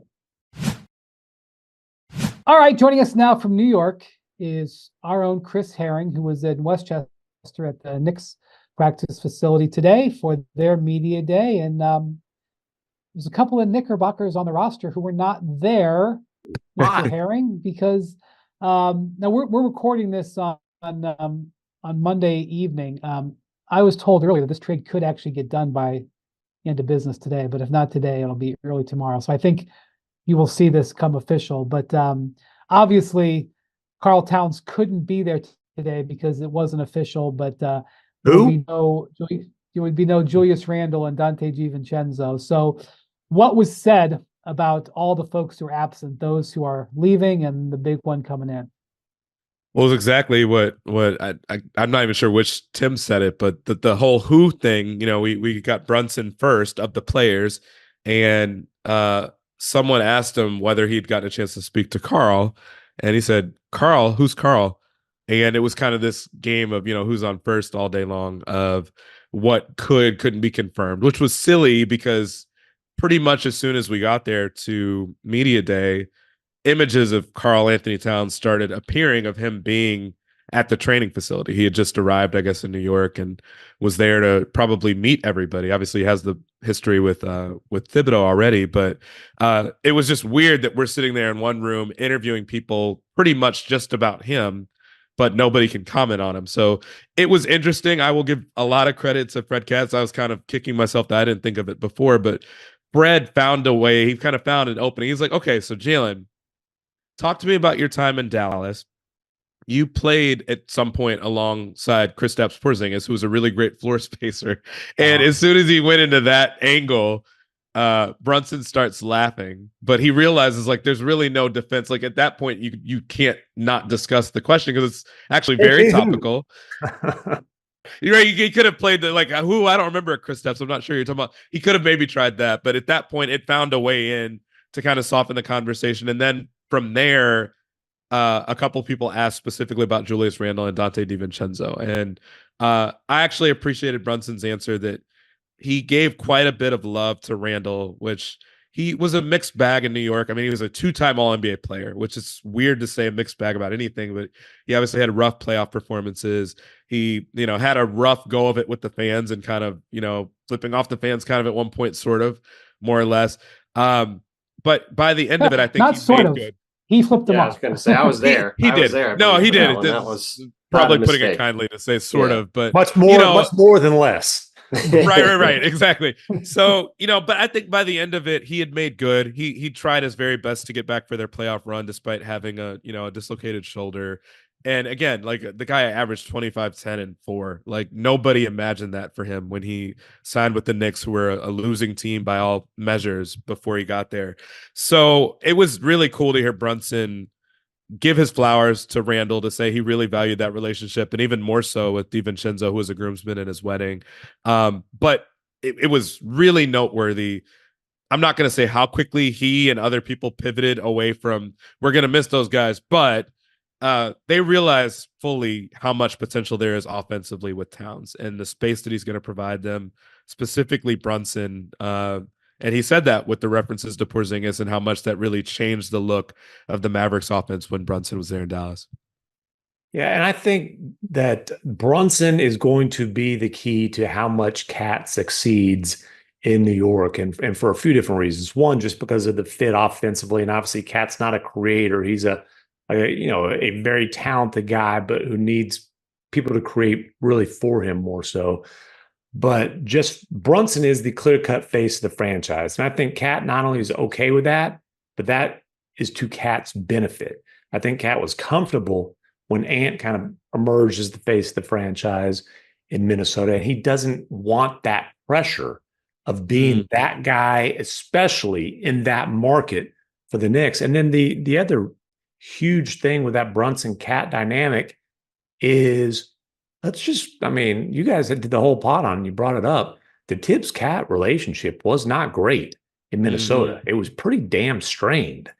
But I think Brunson's ability to kind of be the in-between with the coach and Tibbs, and obviously, with Tibbs and Cat, I think that's going to be crucial. And this trade doesn't happen, I don't think, if Tibbs is like pounding the table and yelling, rumbling against it. But there's still going to be some, I think, relationship repair that needs to be happening and constant maintenance. And I think Brunson will be a critical factor in the maintenance of that. I agree. That was something that I thought was really interesting to hear. Josh Hart was probably the most vocal about this deal. You could tell that Brunson was kind of uncomfortable talking about it. He doesn't really say a whole lot to the media anyway. We've talked about that before. No kidding. He's tight-lipped on an average Monday. Yes, unless he's on his damn podcast. Yeah, right. That just unmasks how much of an act it is. I actually prefer that. Well, just talk to dad. It doesn't run in the family. I can assure you that. We've talked about it. Like he's pretty Jeter-esque. I think it's obviously by design that he is the way he is. It's very captain speak, if you want to put it that way. He was pretty muted on this because of the restrictions around really discussing someone that's not on your roster yet. But to that point, Hart kind of did the whole wink and nod thing with it, where he was like, Cat? We got Cat? Really? And then from there, he loosened up. But two things that he pointed out are exactly what Tim just brought up.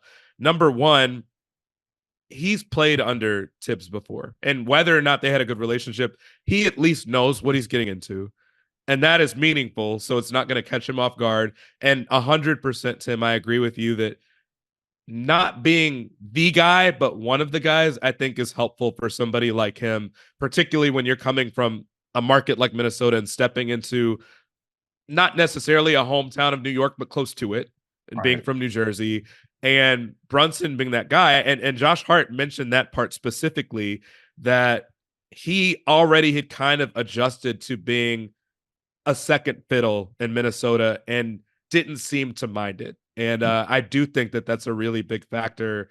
It should be somewhat obvious just based on how much Brunson's going to have the ball in his hands anyway, even if Randall was still there and Towns was there.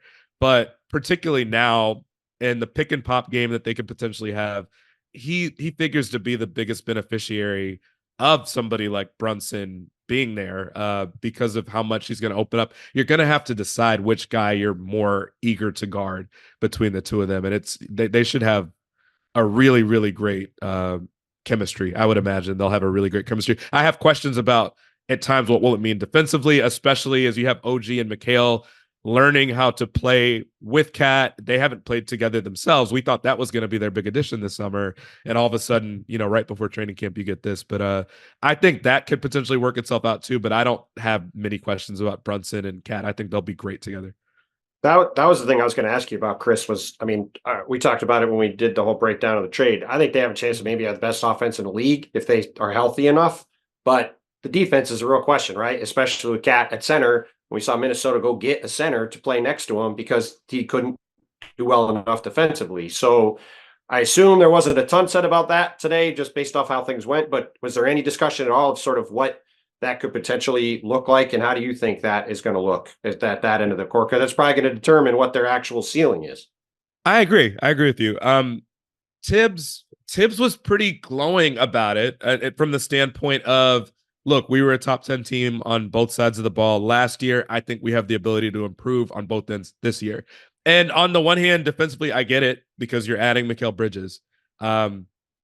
On the other hand, you had Isaiah Hartenstein and Mitchell Robinson as your first two centers. And it's not a knock on Cat, but I think that their defensive rotation was better defensively last year than it's going to be this season. I did ask both Bridges and OG Anunoby, what is that like to work with a center that you haven't played with before? What is it like to work with a really high-level wing defender that you haven't played with before? And also, what is it going to be like if, with this rotation and with this level of defense that you have on the wings, Tibbs will probably be more comfortable switching than he has been in the past and doing it more. And they all kind of said, look, it requires work. Mikal Bridges was kind of the first one to say, I'm not someone that, I think I'm a decent communicator on defense, but keep in mind, I'm normally the guy carrying the ball handler defensively. So because of that, people are communicating with me to let me know where screens are. So he was like, I could probably be better at it. So it's going to be interesting to watch the development of this. Brunson, by all means, is not a bad defender, but he's not like a glowingly great one either. He's a guy that takes a lot of charges. He's very good positionally. He's great at that. He does two things well defensively: take charges and communicate. I was like, Brunson will be their best communicator. Mm-hmm. And before this trade, I would say he'd be their worst defender. I'm not, we'll see about that. Yeah, it's going to be really interesting. My eyebrows kind of shot up a little bit when Tibbs said what he said about the idea of we can improve, we can be better on both ends than we were last year. I'm curious about it. I think their offense, hands down, should be better if they stay healthy. But just from a spacing standpoint alone, that was kind of the word you heard over and over again, was spacing. But defensively, I'm curious. I think they have the potential to be fantastic on the wings. I asked Bridges at one point blank, do you think you and OG can be the best wing defender duo in the league? And I think that there's a chance that they could. But I think that the back line stuff is going to be worth watching. I also think Mitchell Robinson's health, whether or not they move Mitchell Robinson at some point too, all sorts of things that I'm just genuinely curious about what happens with their backline defense. Because I think if they're good on both ends of the floor in that way, the way that Tibbs is talking about, you're talking about basically an Oklahoma City level output in terms of efficiency. And that is a team that should be in the conversation to win a title. There's a lot put into the beginning of training camp, and training camp is regarded as sacred and everything like that. And, in theory, teams prepare all summer and players work on things. This is a pretty gigantic radical change, and they will obviously work through it. But this is Tibbs was everything that was being prepared for this team is kind of been totally redone. And so obviously it's in a positive way, but a lot of things, but it still is built around Brunson and elite wing defenders, and Cat enhances things on one end of the floor. And then you've got to figure things out on the end of the floor that Tibbs loves more. Yeah, but they haven't been playing with it's a lot of figuring out to do. I will say, in defense of Cat's defense, I will point out he did play for the number one defense in the league last year, and obviously they're protecting him in that starting lineup.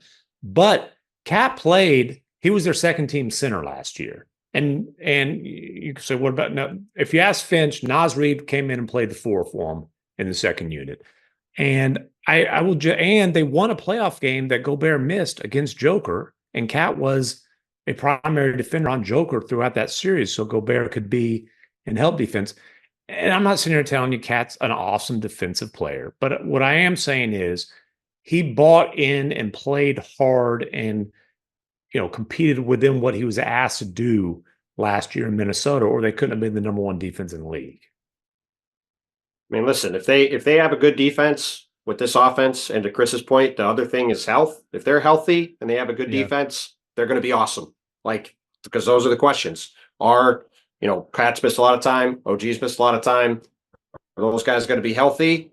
And can they be a top 5 to 10 defense? Because if they can be, this offense, if they're healthy, is going to be awesome. Whether it's top 3, top 5, top 1, they're going to score a ton. So, it's ironic, like we said yesterday, it's ironic talking about a Tibbs team, and the question is, how well are they going to guard? But that's the real question, because offensively, there shouldn't be any questions with that 5-out space and with Jalen with the ball. They should be cooking people. Yeah. Still, it's going to take some time for them. It's going to take some time for them to work out a pretty radical change here. So, regardless of what gets said over the next few days, I think you're planning on going down to Charleston, Chris, and we're looking forward to your coverage of the Knicks during training camp and all your stuff going forward. Thank you for stopping by and joining us today from New York. Absolutely. Thanks, guys, for having me. I always appreciate you. All right, now joining us from Chicago, Illinois, just back from Media Day in Milwaukee with the Bucks, is our man in the upper Midwest. Oh, Midwest. Jamal Collier. What's up, Jamal? What's up, Brian? How you doing? Yeah, she's got the lower Midwest too. Don't you just give him one slice of that region? Yeah, if it's cold and not near water, I got it. That's right. There's lakes up there. That's true. That's true. There's a lot of water. I don't know about not near water. That wind coming off in Cleveland, Milwaukee, and Chicago experienced that. If it ain't a destination, here we go. And it's Jamal's baby. That's right, baby. All right, Jamal. Right now. I think one of the closest times I ever came to death was when I tried to cross a bridge in Chicago when it was like minus 10 degrees and the wind came down the Chicago River and I barely made it to the other side. Oh, first of all, how about when you got on a boat in the Bahamas? You're just around any kind of water, hot, cold. Whatever. Listen, I had a kinship. Jared Allen from the Cavs was talking today about why he wasn't able to play in the conference semifinals last year against the Celtics, and he goes, "I don't think anybody can really appreciate how bad a rib injury is until they've actually had one." And I felt that one. Jared. All right, but that's it's for another time. Jamal, you were in Milwaukee today with the Bucks, where you had a little mini off-season workout gate. When Giannis was like, "Yeah, I didn't work out with Dame all summer," and that was like, wait a minute. So, can you tell us what went on there? Yeah, end of last season, and obviously those guys had such a weird chemistry, trying to mesh each other's styles all of last year. So, as players normally are after the season ends, and it's we're gonna work out. Giannis will come visit me in Port. We'll go to Greece. I'll come to Portland. Dame and Giannis were very excited about potentially working out together. That did not happen, according to them, during the offseason. Now, they tried to link up. They said they talked. Giannis had a pretty busy summer. I mean, he played for Greece in the Olympics, was the flag bearer for the entire country. He got injured during the Olympics and had to rehab for a couple of weeks right after that. And he also got married. I think that was another big thing, that the time it took away from being married and going to spend time with his wife. Just the schedules never lined up and they never actually got a chance to work out. Yeah, I don't think it's a really big deal, but it was sort of an interesting thing. Well, listen, it gives Doc more time. I mean, boy, just all the challenges. Now, my two best players weren't able to work together this summer, so it gives Doc a few more months of excuses. Well, and on the note of it seemingly being a things to parse from Bucks camp, I mean, the Chris Middleton situation is certainly worth parsing. And what did he have to say about where he's at? Because it sounded like, from what I read from a couple things I saw, it sounded like he was at least able to tap dance pretty good if he's not able to play right now, in terms of where his feet are after these two surgeries this summer.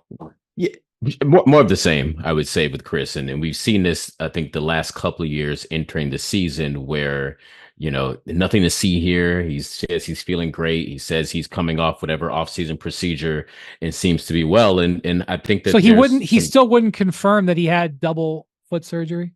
He did confirm that he had double Okay. foot surgery and as Okay. cleanups, just to Okay. clean up from procedures. He stepped on a couple of toes. Hold on, Wendy, you're talking about you're not sure if there's anything as a minor foot surgery. Are there two minors, double minors?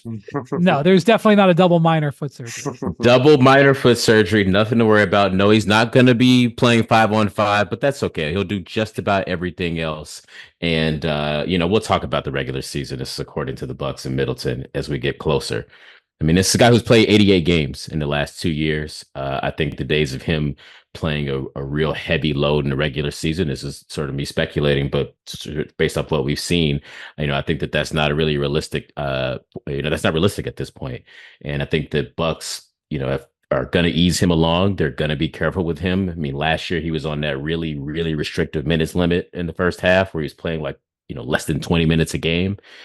He didn't even want to confirm or not whether or not that would be the case this year if he would have to face something like that again. So I think regular season Chris Middleton, this is about what you could expect, and you hope that he looks like he did in the playoffs last year, and he's actually healthy when they need him and when it matters.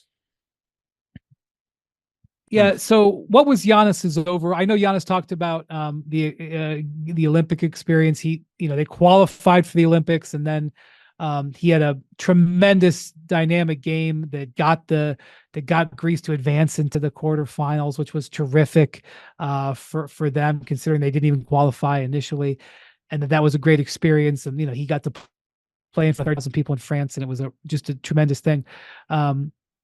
His first experience playing the Olympics for his country. But what is his general feeling and mood from what he was talking about today? Yeah, I mean, well, first the Olympic experience. I mean, he really raved about it. He said outside of winning the championship in 2021, that's the best basketball experience that he's ever had. And I think, he already was sort of hopeful that in 4 years he'd be able to play again for Greece, and especially getting a chance to be the flag bearer for it. I mean, he sort of spoke on and on about how cool that was, and also the first Black flag bearer for the country of Greece as well.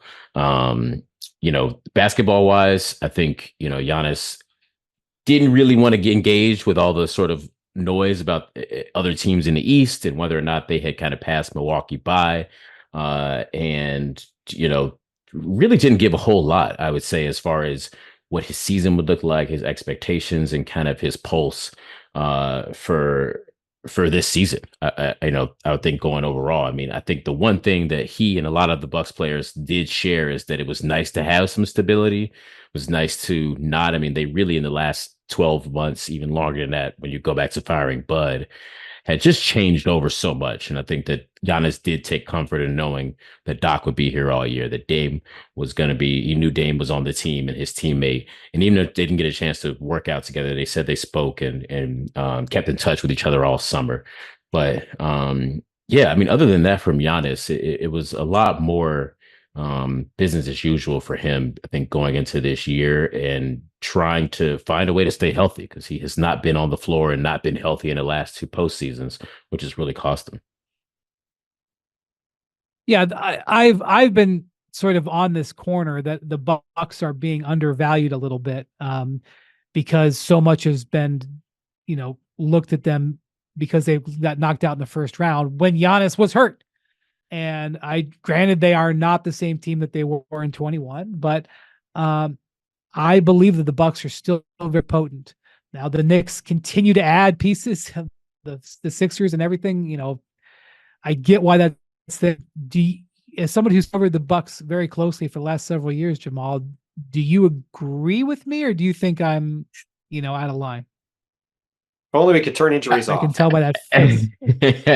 I'm going back and forth. I mean, I think there's just no question that this is the oldest team in the league. I mean, one of the oldest teams in the league, and they're going to have 4 starters over the age of 30. They're going to be dealing with injury issues. They're going to be dealing, especially if Middleton is not going to be able to be himself or play regularly during the regular season, or is limited in any way you're asking to put more strain on Giannis and Dame, and how much does that continue to add up? I think at full strength, I think the one thing, Brian, I would say that I do share your optimism is that I do think Dame is going to be better this year. He was an all-star last year. He had some moments, he had some flashes, but I just think overall he was never the guy he was in Portland. He never really had that, basically the player they thought they were trading for. You didn't see it. And he's spoken, a lot about this point, about how just last year was such a blur for him, and he was difficult adjusting to the trade, difficult playing with Giannis for the first time in meshing superstar. But I do think that Dame is going to be better this year. And I think that is going to hold, during the regular season, they're going to be, as long as him and Giannis are healthy, they're going to play at a high level. They're going to win some games, and I think still be among the top of the East.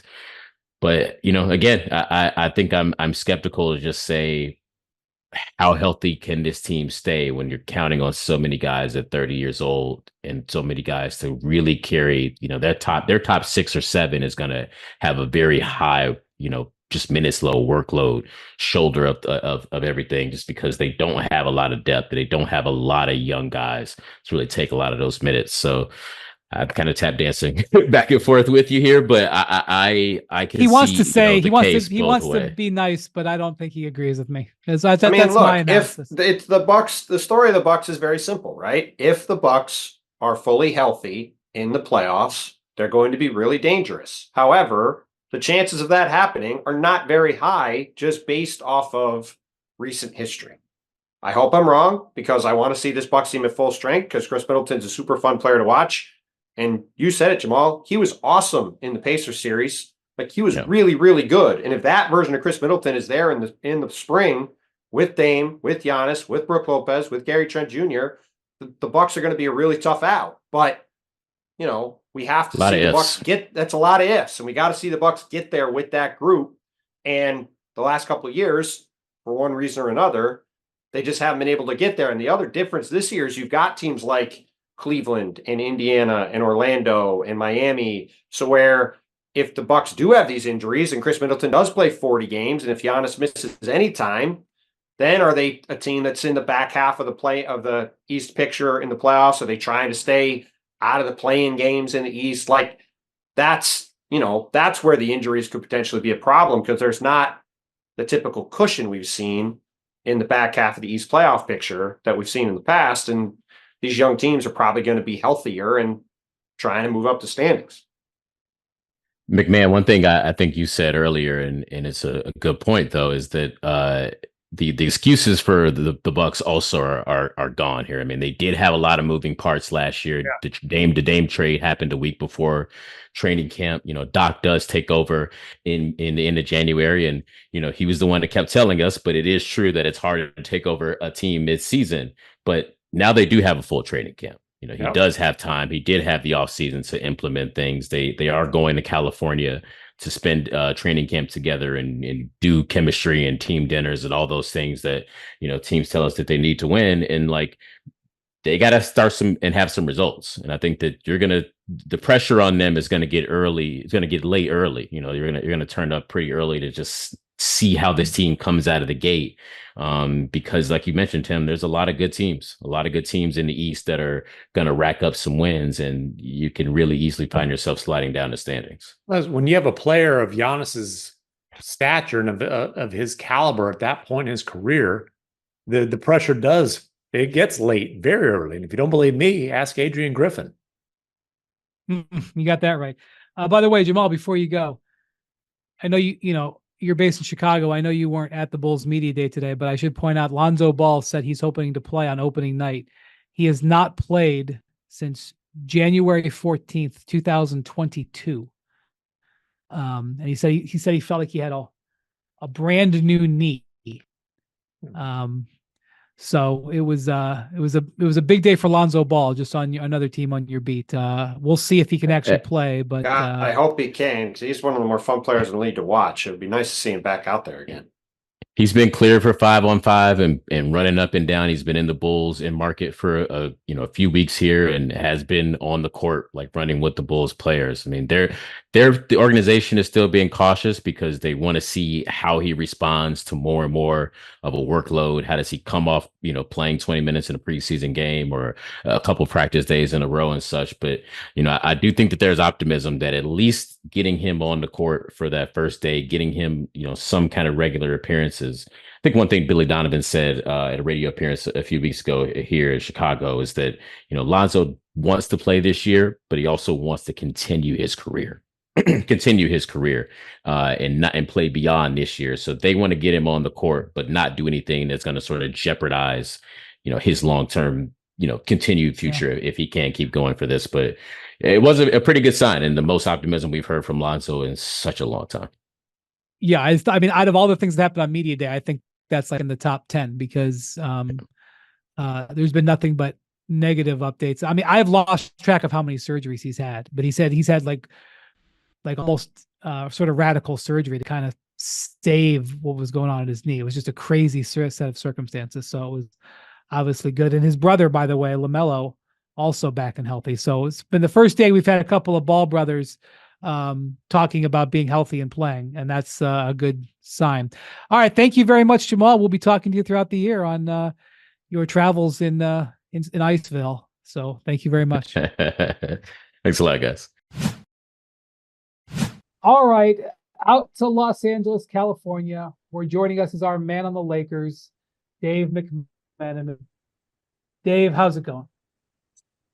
It's going well. I've never seen LeBron so chipper at a media day I guess I've covered about 11 of these now. Never seen him this happy. Well, today was different.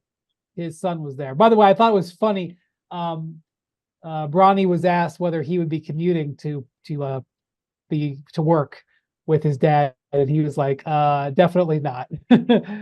So what was that? I know they did their media session together, which was cool. But what was that all like today, Dave? Yeah, I mean, as soon as we were let into the gym, the first players that I saw take the court, there may have been a couple other that had trickled on to start doing the stations around the gym. But the first two I saw were LeBron and Bronny with the white backdrop behind them, taking portraits, Bronny in number 9, LeBron in number 23. And again, like a megawatt smile for LeBron. And he's at the stage of his career. Obviously, these type of things are chores for him. But he was leaning in on it, and it was cool to see that. And certainly when I got a chance to talk to him and ask him about playing with Bronny, there's all sorts of things he's looking forward to. But I think another part of his mood today was him looking back to what he described as was those back-to-back game 7s that you know all too well, Brian, Serbia game and the France game. That still has his engine revving, that experience with Team USA. Yeah, well, he was awesome throughout the entire Olympic experience. Like, I'm telling you, I will long have the memory of the game in London where he scored like the last 12 or 13 points or whatever it is to beat the South Sudan. I know that it was a victory over a big underdog in an exhibition game, but he had the entire arena on the edge of its seat, in London. Like, that was him totally taking over the game and demonstrating to everybody watching that I'm going to be the driving force on this Olympic team. And then he was a driving force. I mean, obviously Steph had his moments, Durant had his moments, AD had his moments, but LeBron being named MVP of the Olympics at age 39, it's not often that LeBron's able to add a new honor to the trophy case, which he got to do. And, he said to you that this summer proved that he had a lot left in the tank. Which I think if you're a Laker fan, seeing LeBron so engaged in the Lakers with Bronny and seeing LeBron's performance over the summer had to be a good sign for what you're going to get this season.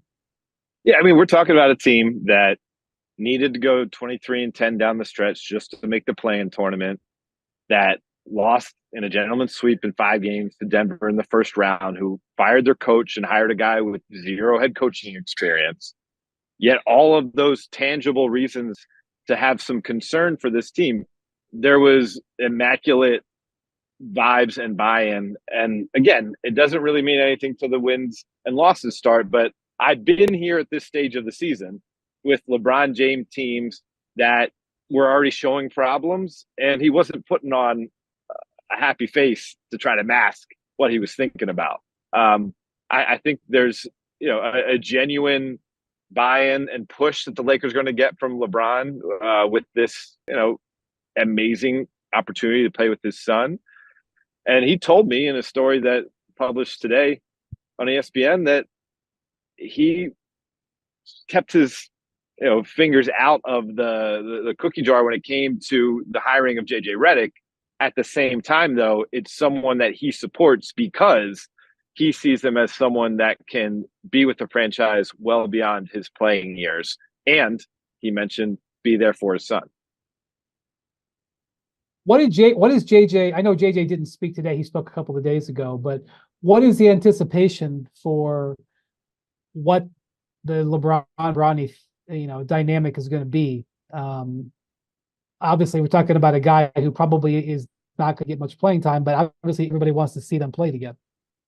Yeah, JJ is a thinker. He would probably call himself an overthinker at times. So this is something that he's been ruminating on for months now. And he told us last week that he will be involving LeBron and Bronny in the final decision-making process. Now, if you look at the depth chart, you have a hard time saying that LeBron is going to be higher than the 13th or 14th man. So that should make things rather difficult to be saying, I'm going to pencil this in opening night to get you minutes against the Minnesota Timberwolves, a team that could be playing in the NBA Finals this year. So I imagine it'll come early, but I think they're going to have to kind of dance around that to have it feel like a legitimate moment that's earned and not something that was, kind of scripted.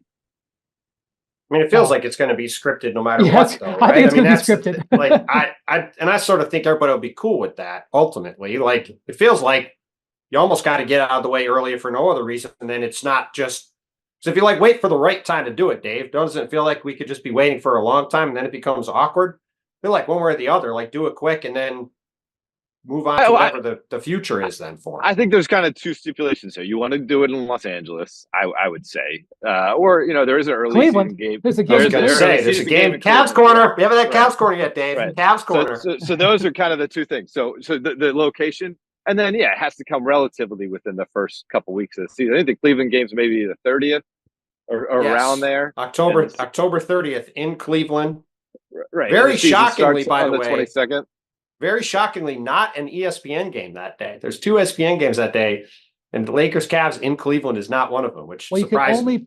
You can only use the Lakers on ESPN so many times in an October game. I'm just saying, Cleveland. The Celtics, the 2 games that day are Celtics Pacers and Spurs Thunder. It's pretty good games, but it would be interesting if that feels to me. I'm kind of excited about the Spurs. scripted.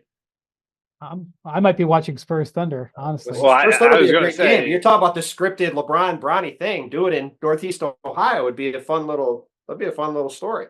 I think the ESPN schedule makers were just reading the scripted hype that Brian's been trying to shove down our throats between Chet and Wemby. So maybe that's how. Wow! That way. I was very disappointed. I was very disappointed that there was no Chet Holmgren comment today about Victor Wembanyama. Holy cow. Mac 10 coming in here, just firing off missiles. Unbelievable. Okay. Everybody can pretend like that doesn't exist. In the end, we'll see. That's all I'm going to say about that. We'll see. Just like Peyton Manning. What are we saying we'll see to now? What are we saying we'll see to now? That's going to be a rivalry. They can pretend like it's not going to be a rivalry. It's absolutely going to be a rivalry. Everybody can pretend like it doesn't exist. Is great. But okay, go ahead. Go ahead. This is great.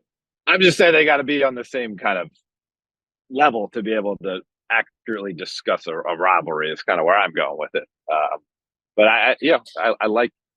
I like contentiousness that leads to games that have a compelling nature that makes us want to tune in during the regular season. So that's a good segue, Dave. So we talked about this with Kendra earlier, and it's hard to define really what is a successful season going to be for the Warriors, right? And I think the Lakers are kind of in the same boat. The I think realistically, they're not really a title contender, and they don't really have a path to be a title contender, right? They've got a guy who's going to be in his age 40 season in a couple of months, playing as the best player on the team still. They have, the whole LeBron and Bronny thing. You wrote a whole big story about JJ Redick coming into the job, right? Obviously, that's a huge job to take on that the Lakers are presenting as a longer term thing. So that's the same question you asked to Kendra. If you are looking at this Lakers season, what is a defined successful season? Is it top 6 in the West? Is it winning a series? Is it conference finals? Is it making the playoffs? Is it just growth? Like what do you think the Lakers, or what do you think, as being around the Lakers as much as anybody, what do you define as a successful year for them? Well, when the Lakers decided to part ways with Darvin Ham in the spring, part of the thinking was we kicked away 5 or 6 games, and that caused us to need to have this sprint in the second half of the season just to make the play-in tournament. And we ran into our worst matchup in the Nuggets, and it was a pretty close series, blah, blah, blah.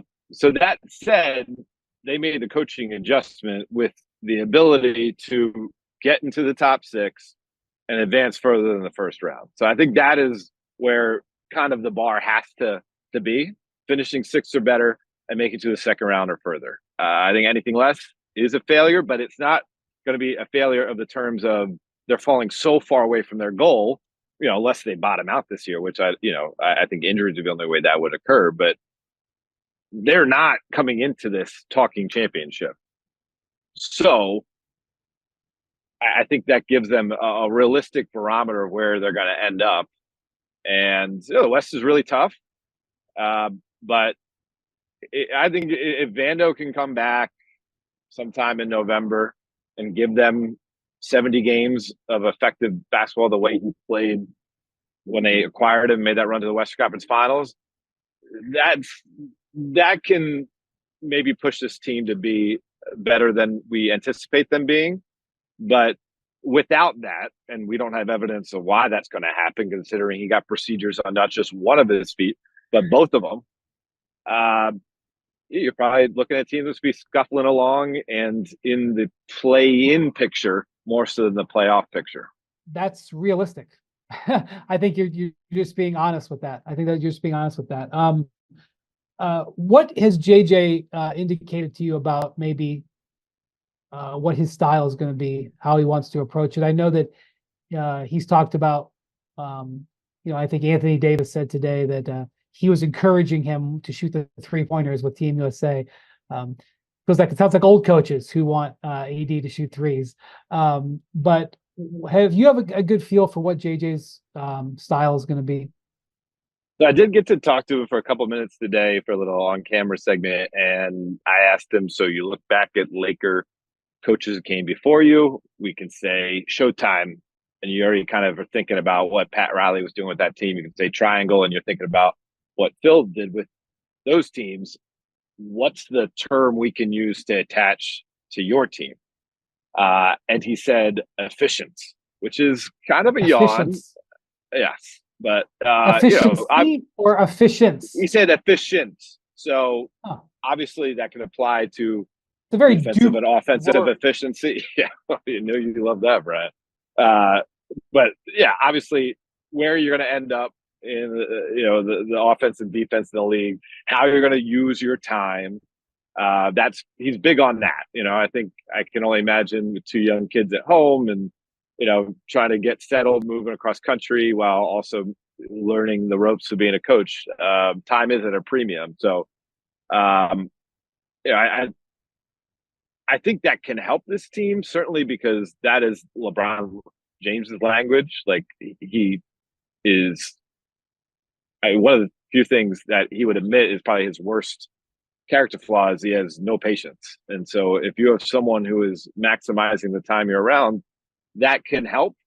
But there's little things. He said part of my using the term efficient is I was telling Anthony Davis, like, no more long twos. We got to cut it out. There's way too many when I saw the tape from last year. That's not an efficient shot.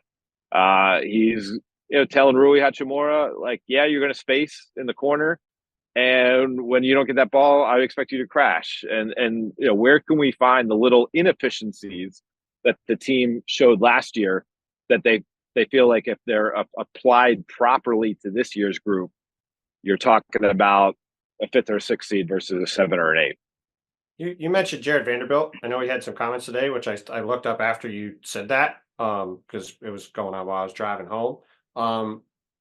Obviously, if the Lakers are going to exceed expectations in any way, it's because they have guys like him and Gabe Vincent give them more defense on the perimeter than they're going to have with obviously Austin and D'Angelo starting, as JJ has said. What is sort of the deal with both of those guys? Because I mean, you mentioned the double foot surgery. We talked to Jamal about Chris Middleton earlier. Like that's not a great thing for a guy in Vanda who's had, I believe, the same thing done going into the league when he was after his year at Kentucky too. Yeah, so in the I believe it was the right foot that caused him to miss most of the season after that Celtics game where they had that improbable win at TD Garden. He had the right foot, the mid foot issue taken care of, and the doctor was like, so long as we're going in, you're going to be off your feet anyway. Let's go look in that left foot. And there was a bone spur in there. And my understanding is that rehab has gone well, but he hasn't really tested it yet at all. And once he begins to test it, you're talking about roughly a month-long process. So we're here at the end of September. Season starts October 22nd. Again, I think there is a realistic pathway to see him on the court in the first half of November, and that could make a difference. But again, just once you get back on the court, he's a guy who at his best is playing so well, exerting his effort and force against other opponents because he's such a well-conditioned athlete as part of kind of his overall package. And you can be good to play, but you're not going to be a top flight conditioned athlete right away either. So, I think that limits the idea of him being completely a game changer for this team, but certainly a positive piece. And in the meantime, we're going to get a chance to probably see guys like Max Christie and Dalton Connect in some of those minutes that Jared Vanderbilt would otherwise occupy. I know that D'Angelo Russell is a complicated figure, but when he plays well, the Lakers tend to play very well. He's a variance player that really can be a difference maker. He is in a contract year. He mulled around opting out of his contract. He did not opt out of his contract. What's the chance that D'Angelo Russell just has a great year for the Lakers and ends up being a guy that we're not considering, that we've been considering as a trade piece all along, that, when he played his best last year for like 6-7 weeks, the Lakers were at their best? I mean, he had a great year last year. He didn't have a good playoffs, and he had a couple cold spells, but overall set a franchise record for made three-pointers in the season, was a key spark plug in them turning things around after they had those post in-season tournament doldrums. And he said today, he basically admitted that part of the problem last year was his approach to the relationship with the head coach, Darvin Ham. And now we've heard subsequently, since JJ's been in place, JJ says that D'Angelo Russell is the player on the Lakers roster he's spoken to more than anybody else on the team. D'Angelo I've been in touch with over the summer, and he's been big time pro JJ Redick in terms of the things he's seen already, and in terms of the agency he feels he's going to have with this group, in terms of the buy-in and belief that he's been shown. And he's like a kind of a respect guy. And if you don't show it, it's kind of hard for him to kind of trust you and want to put his best foot forward for you. So they are managing D'Angelo perfectly going into the year. And he has the talent to get it done. And I don't think he's like afraid of the moment type of player either. I think really, to me, he reminds me a little bit of one of his really good friends, Karl Anthony Towns. And I got to know Karl better during last year's playoffs. But Minnesota was very cognizant about kind of propping up Karl around every turn, because they know that with his personality, it's important for him to feel appreciated. And I think the Lakers have learned their lesson about that's what it takes to figure out how D'Angelo Russell ticks as well. And so far, they're making him feel comfortable coming into the year. All right, Dave, good work today. You can check out, go to ESPN.com. You got a bunch of content on there from Lakers Media Day. Thank you very much. And look forward to talking to you throughout the season. See you, fellas. All right. Thank you to everybody joining us here on the Hoop Collective Media Day special. And a special shout out to Andrew Lopez, who is leaving ESPN after 5 years. He'll make his announcement of what he's doing next, but it's a very exciting opportunity. So Andrew was always kind enough to come on this pod, give us insight into the teams he covered. He was based in New Orleans and San Antonio. So Andrew, thank you so much. And congratulations on your growing family. And we wish you the best. And we will definitely be seeing you, as a hint. We'll be seeing you very soon. I'm going to be seeing him for dinner tomorrow, so I'm not going to say anything nice about Lopez. Why would you say anything nice anyway? I will say this: you guys gave a nice farewell to Zach Lowe. I didn't get to be part of that. I did just want to add my 2 cents in on that. I told him this. I think Zach might be more responsible for boosting the collective IQ, basketball IQ of fans and media than anybody else. Seriously, when you talk about the way that he covered the league, blending analytics and X's and O's, and then don't talk about him like he's gone. He's not gone. Well, he's going to continue to do great work. That's right. Wherever he lands, and just the impact the influence he's had on other journalists. I do mean that. Like I said, Lopez, I can't say I'll miss him because I'll see him tomorrow night, but hell of a teammate, hell of a job for us, and he's got great things in his future as well. I met Andrew when he was I think we all did, when he was at the Times-Picayune, and it was very uncertain at one point what his career future was going to look like. And I mean, he really hit the lottery when Zion Williamson went to the Pelicans. Like you talk about, we joke with Brian about his life with LeBron, and obviously we were just in Akron not too long ago, but like Zion going to the Pelicans on lottery night, like that brought Andrew to ESPN, and he busts his tail. He works really hard. He's done a great job. He did a great job chronicling the first year with Victor this year. He did a bunch of TV, did sit downs with him, like did awesome stuff, and definitely bummed that he's not going to be on our crew anymore. So it's nice to have Mike Wright back, obviously. I was going to say, do you think Andrew Lopez for Mike Wright is our version of the Rocket CP3 for Russ? I think there's a comparison to be made there. Hey, we love Mike Wright too. But yeah, very excited for Lopez. Obviously, he's having a kid, as he said recently, and great situation for him. He'll give his news later. But shouts to Andrew, who will remain our friend, and I'm looking forward to seeing him this year. And I'm sorry he's got to have dinner with you tomorrow. Thank you to Jackson, our producer, for putting this all together. Thank you to Bontemps McMahon and everybody else. Thank you for watching and listening to the Hoop Collective. Adios, amigos.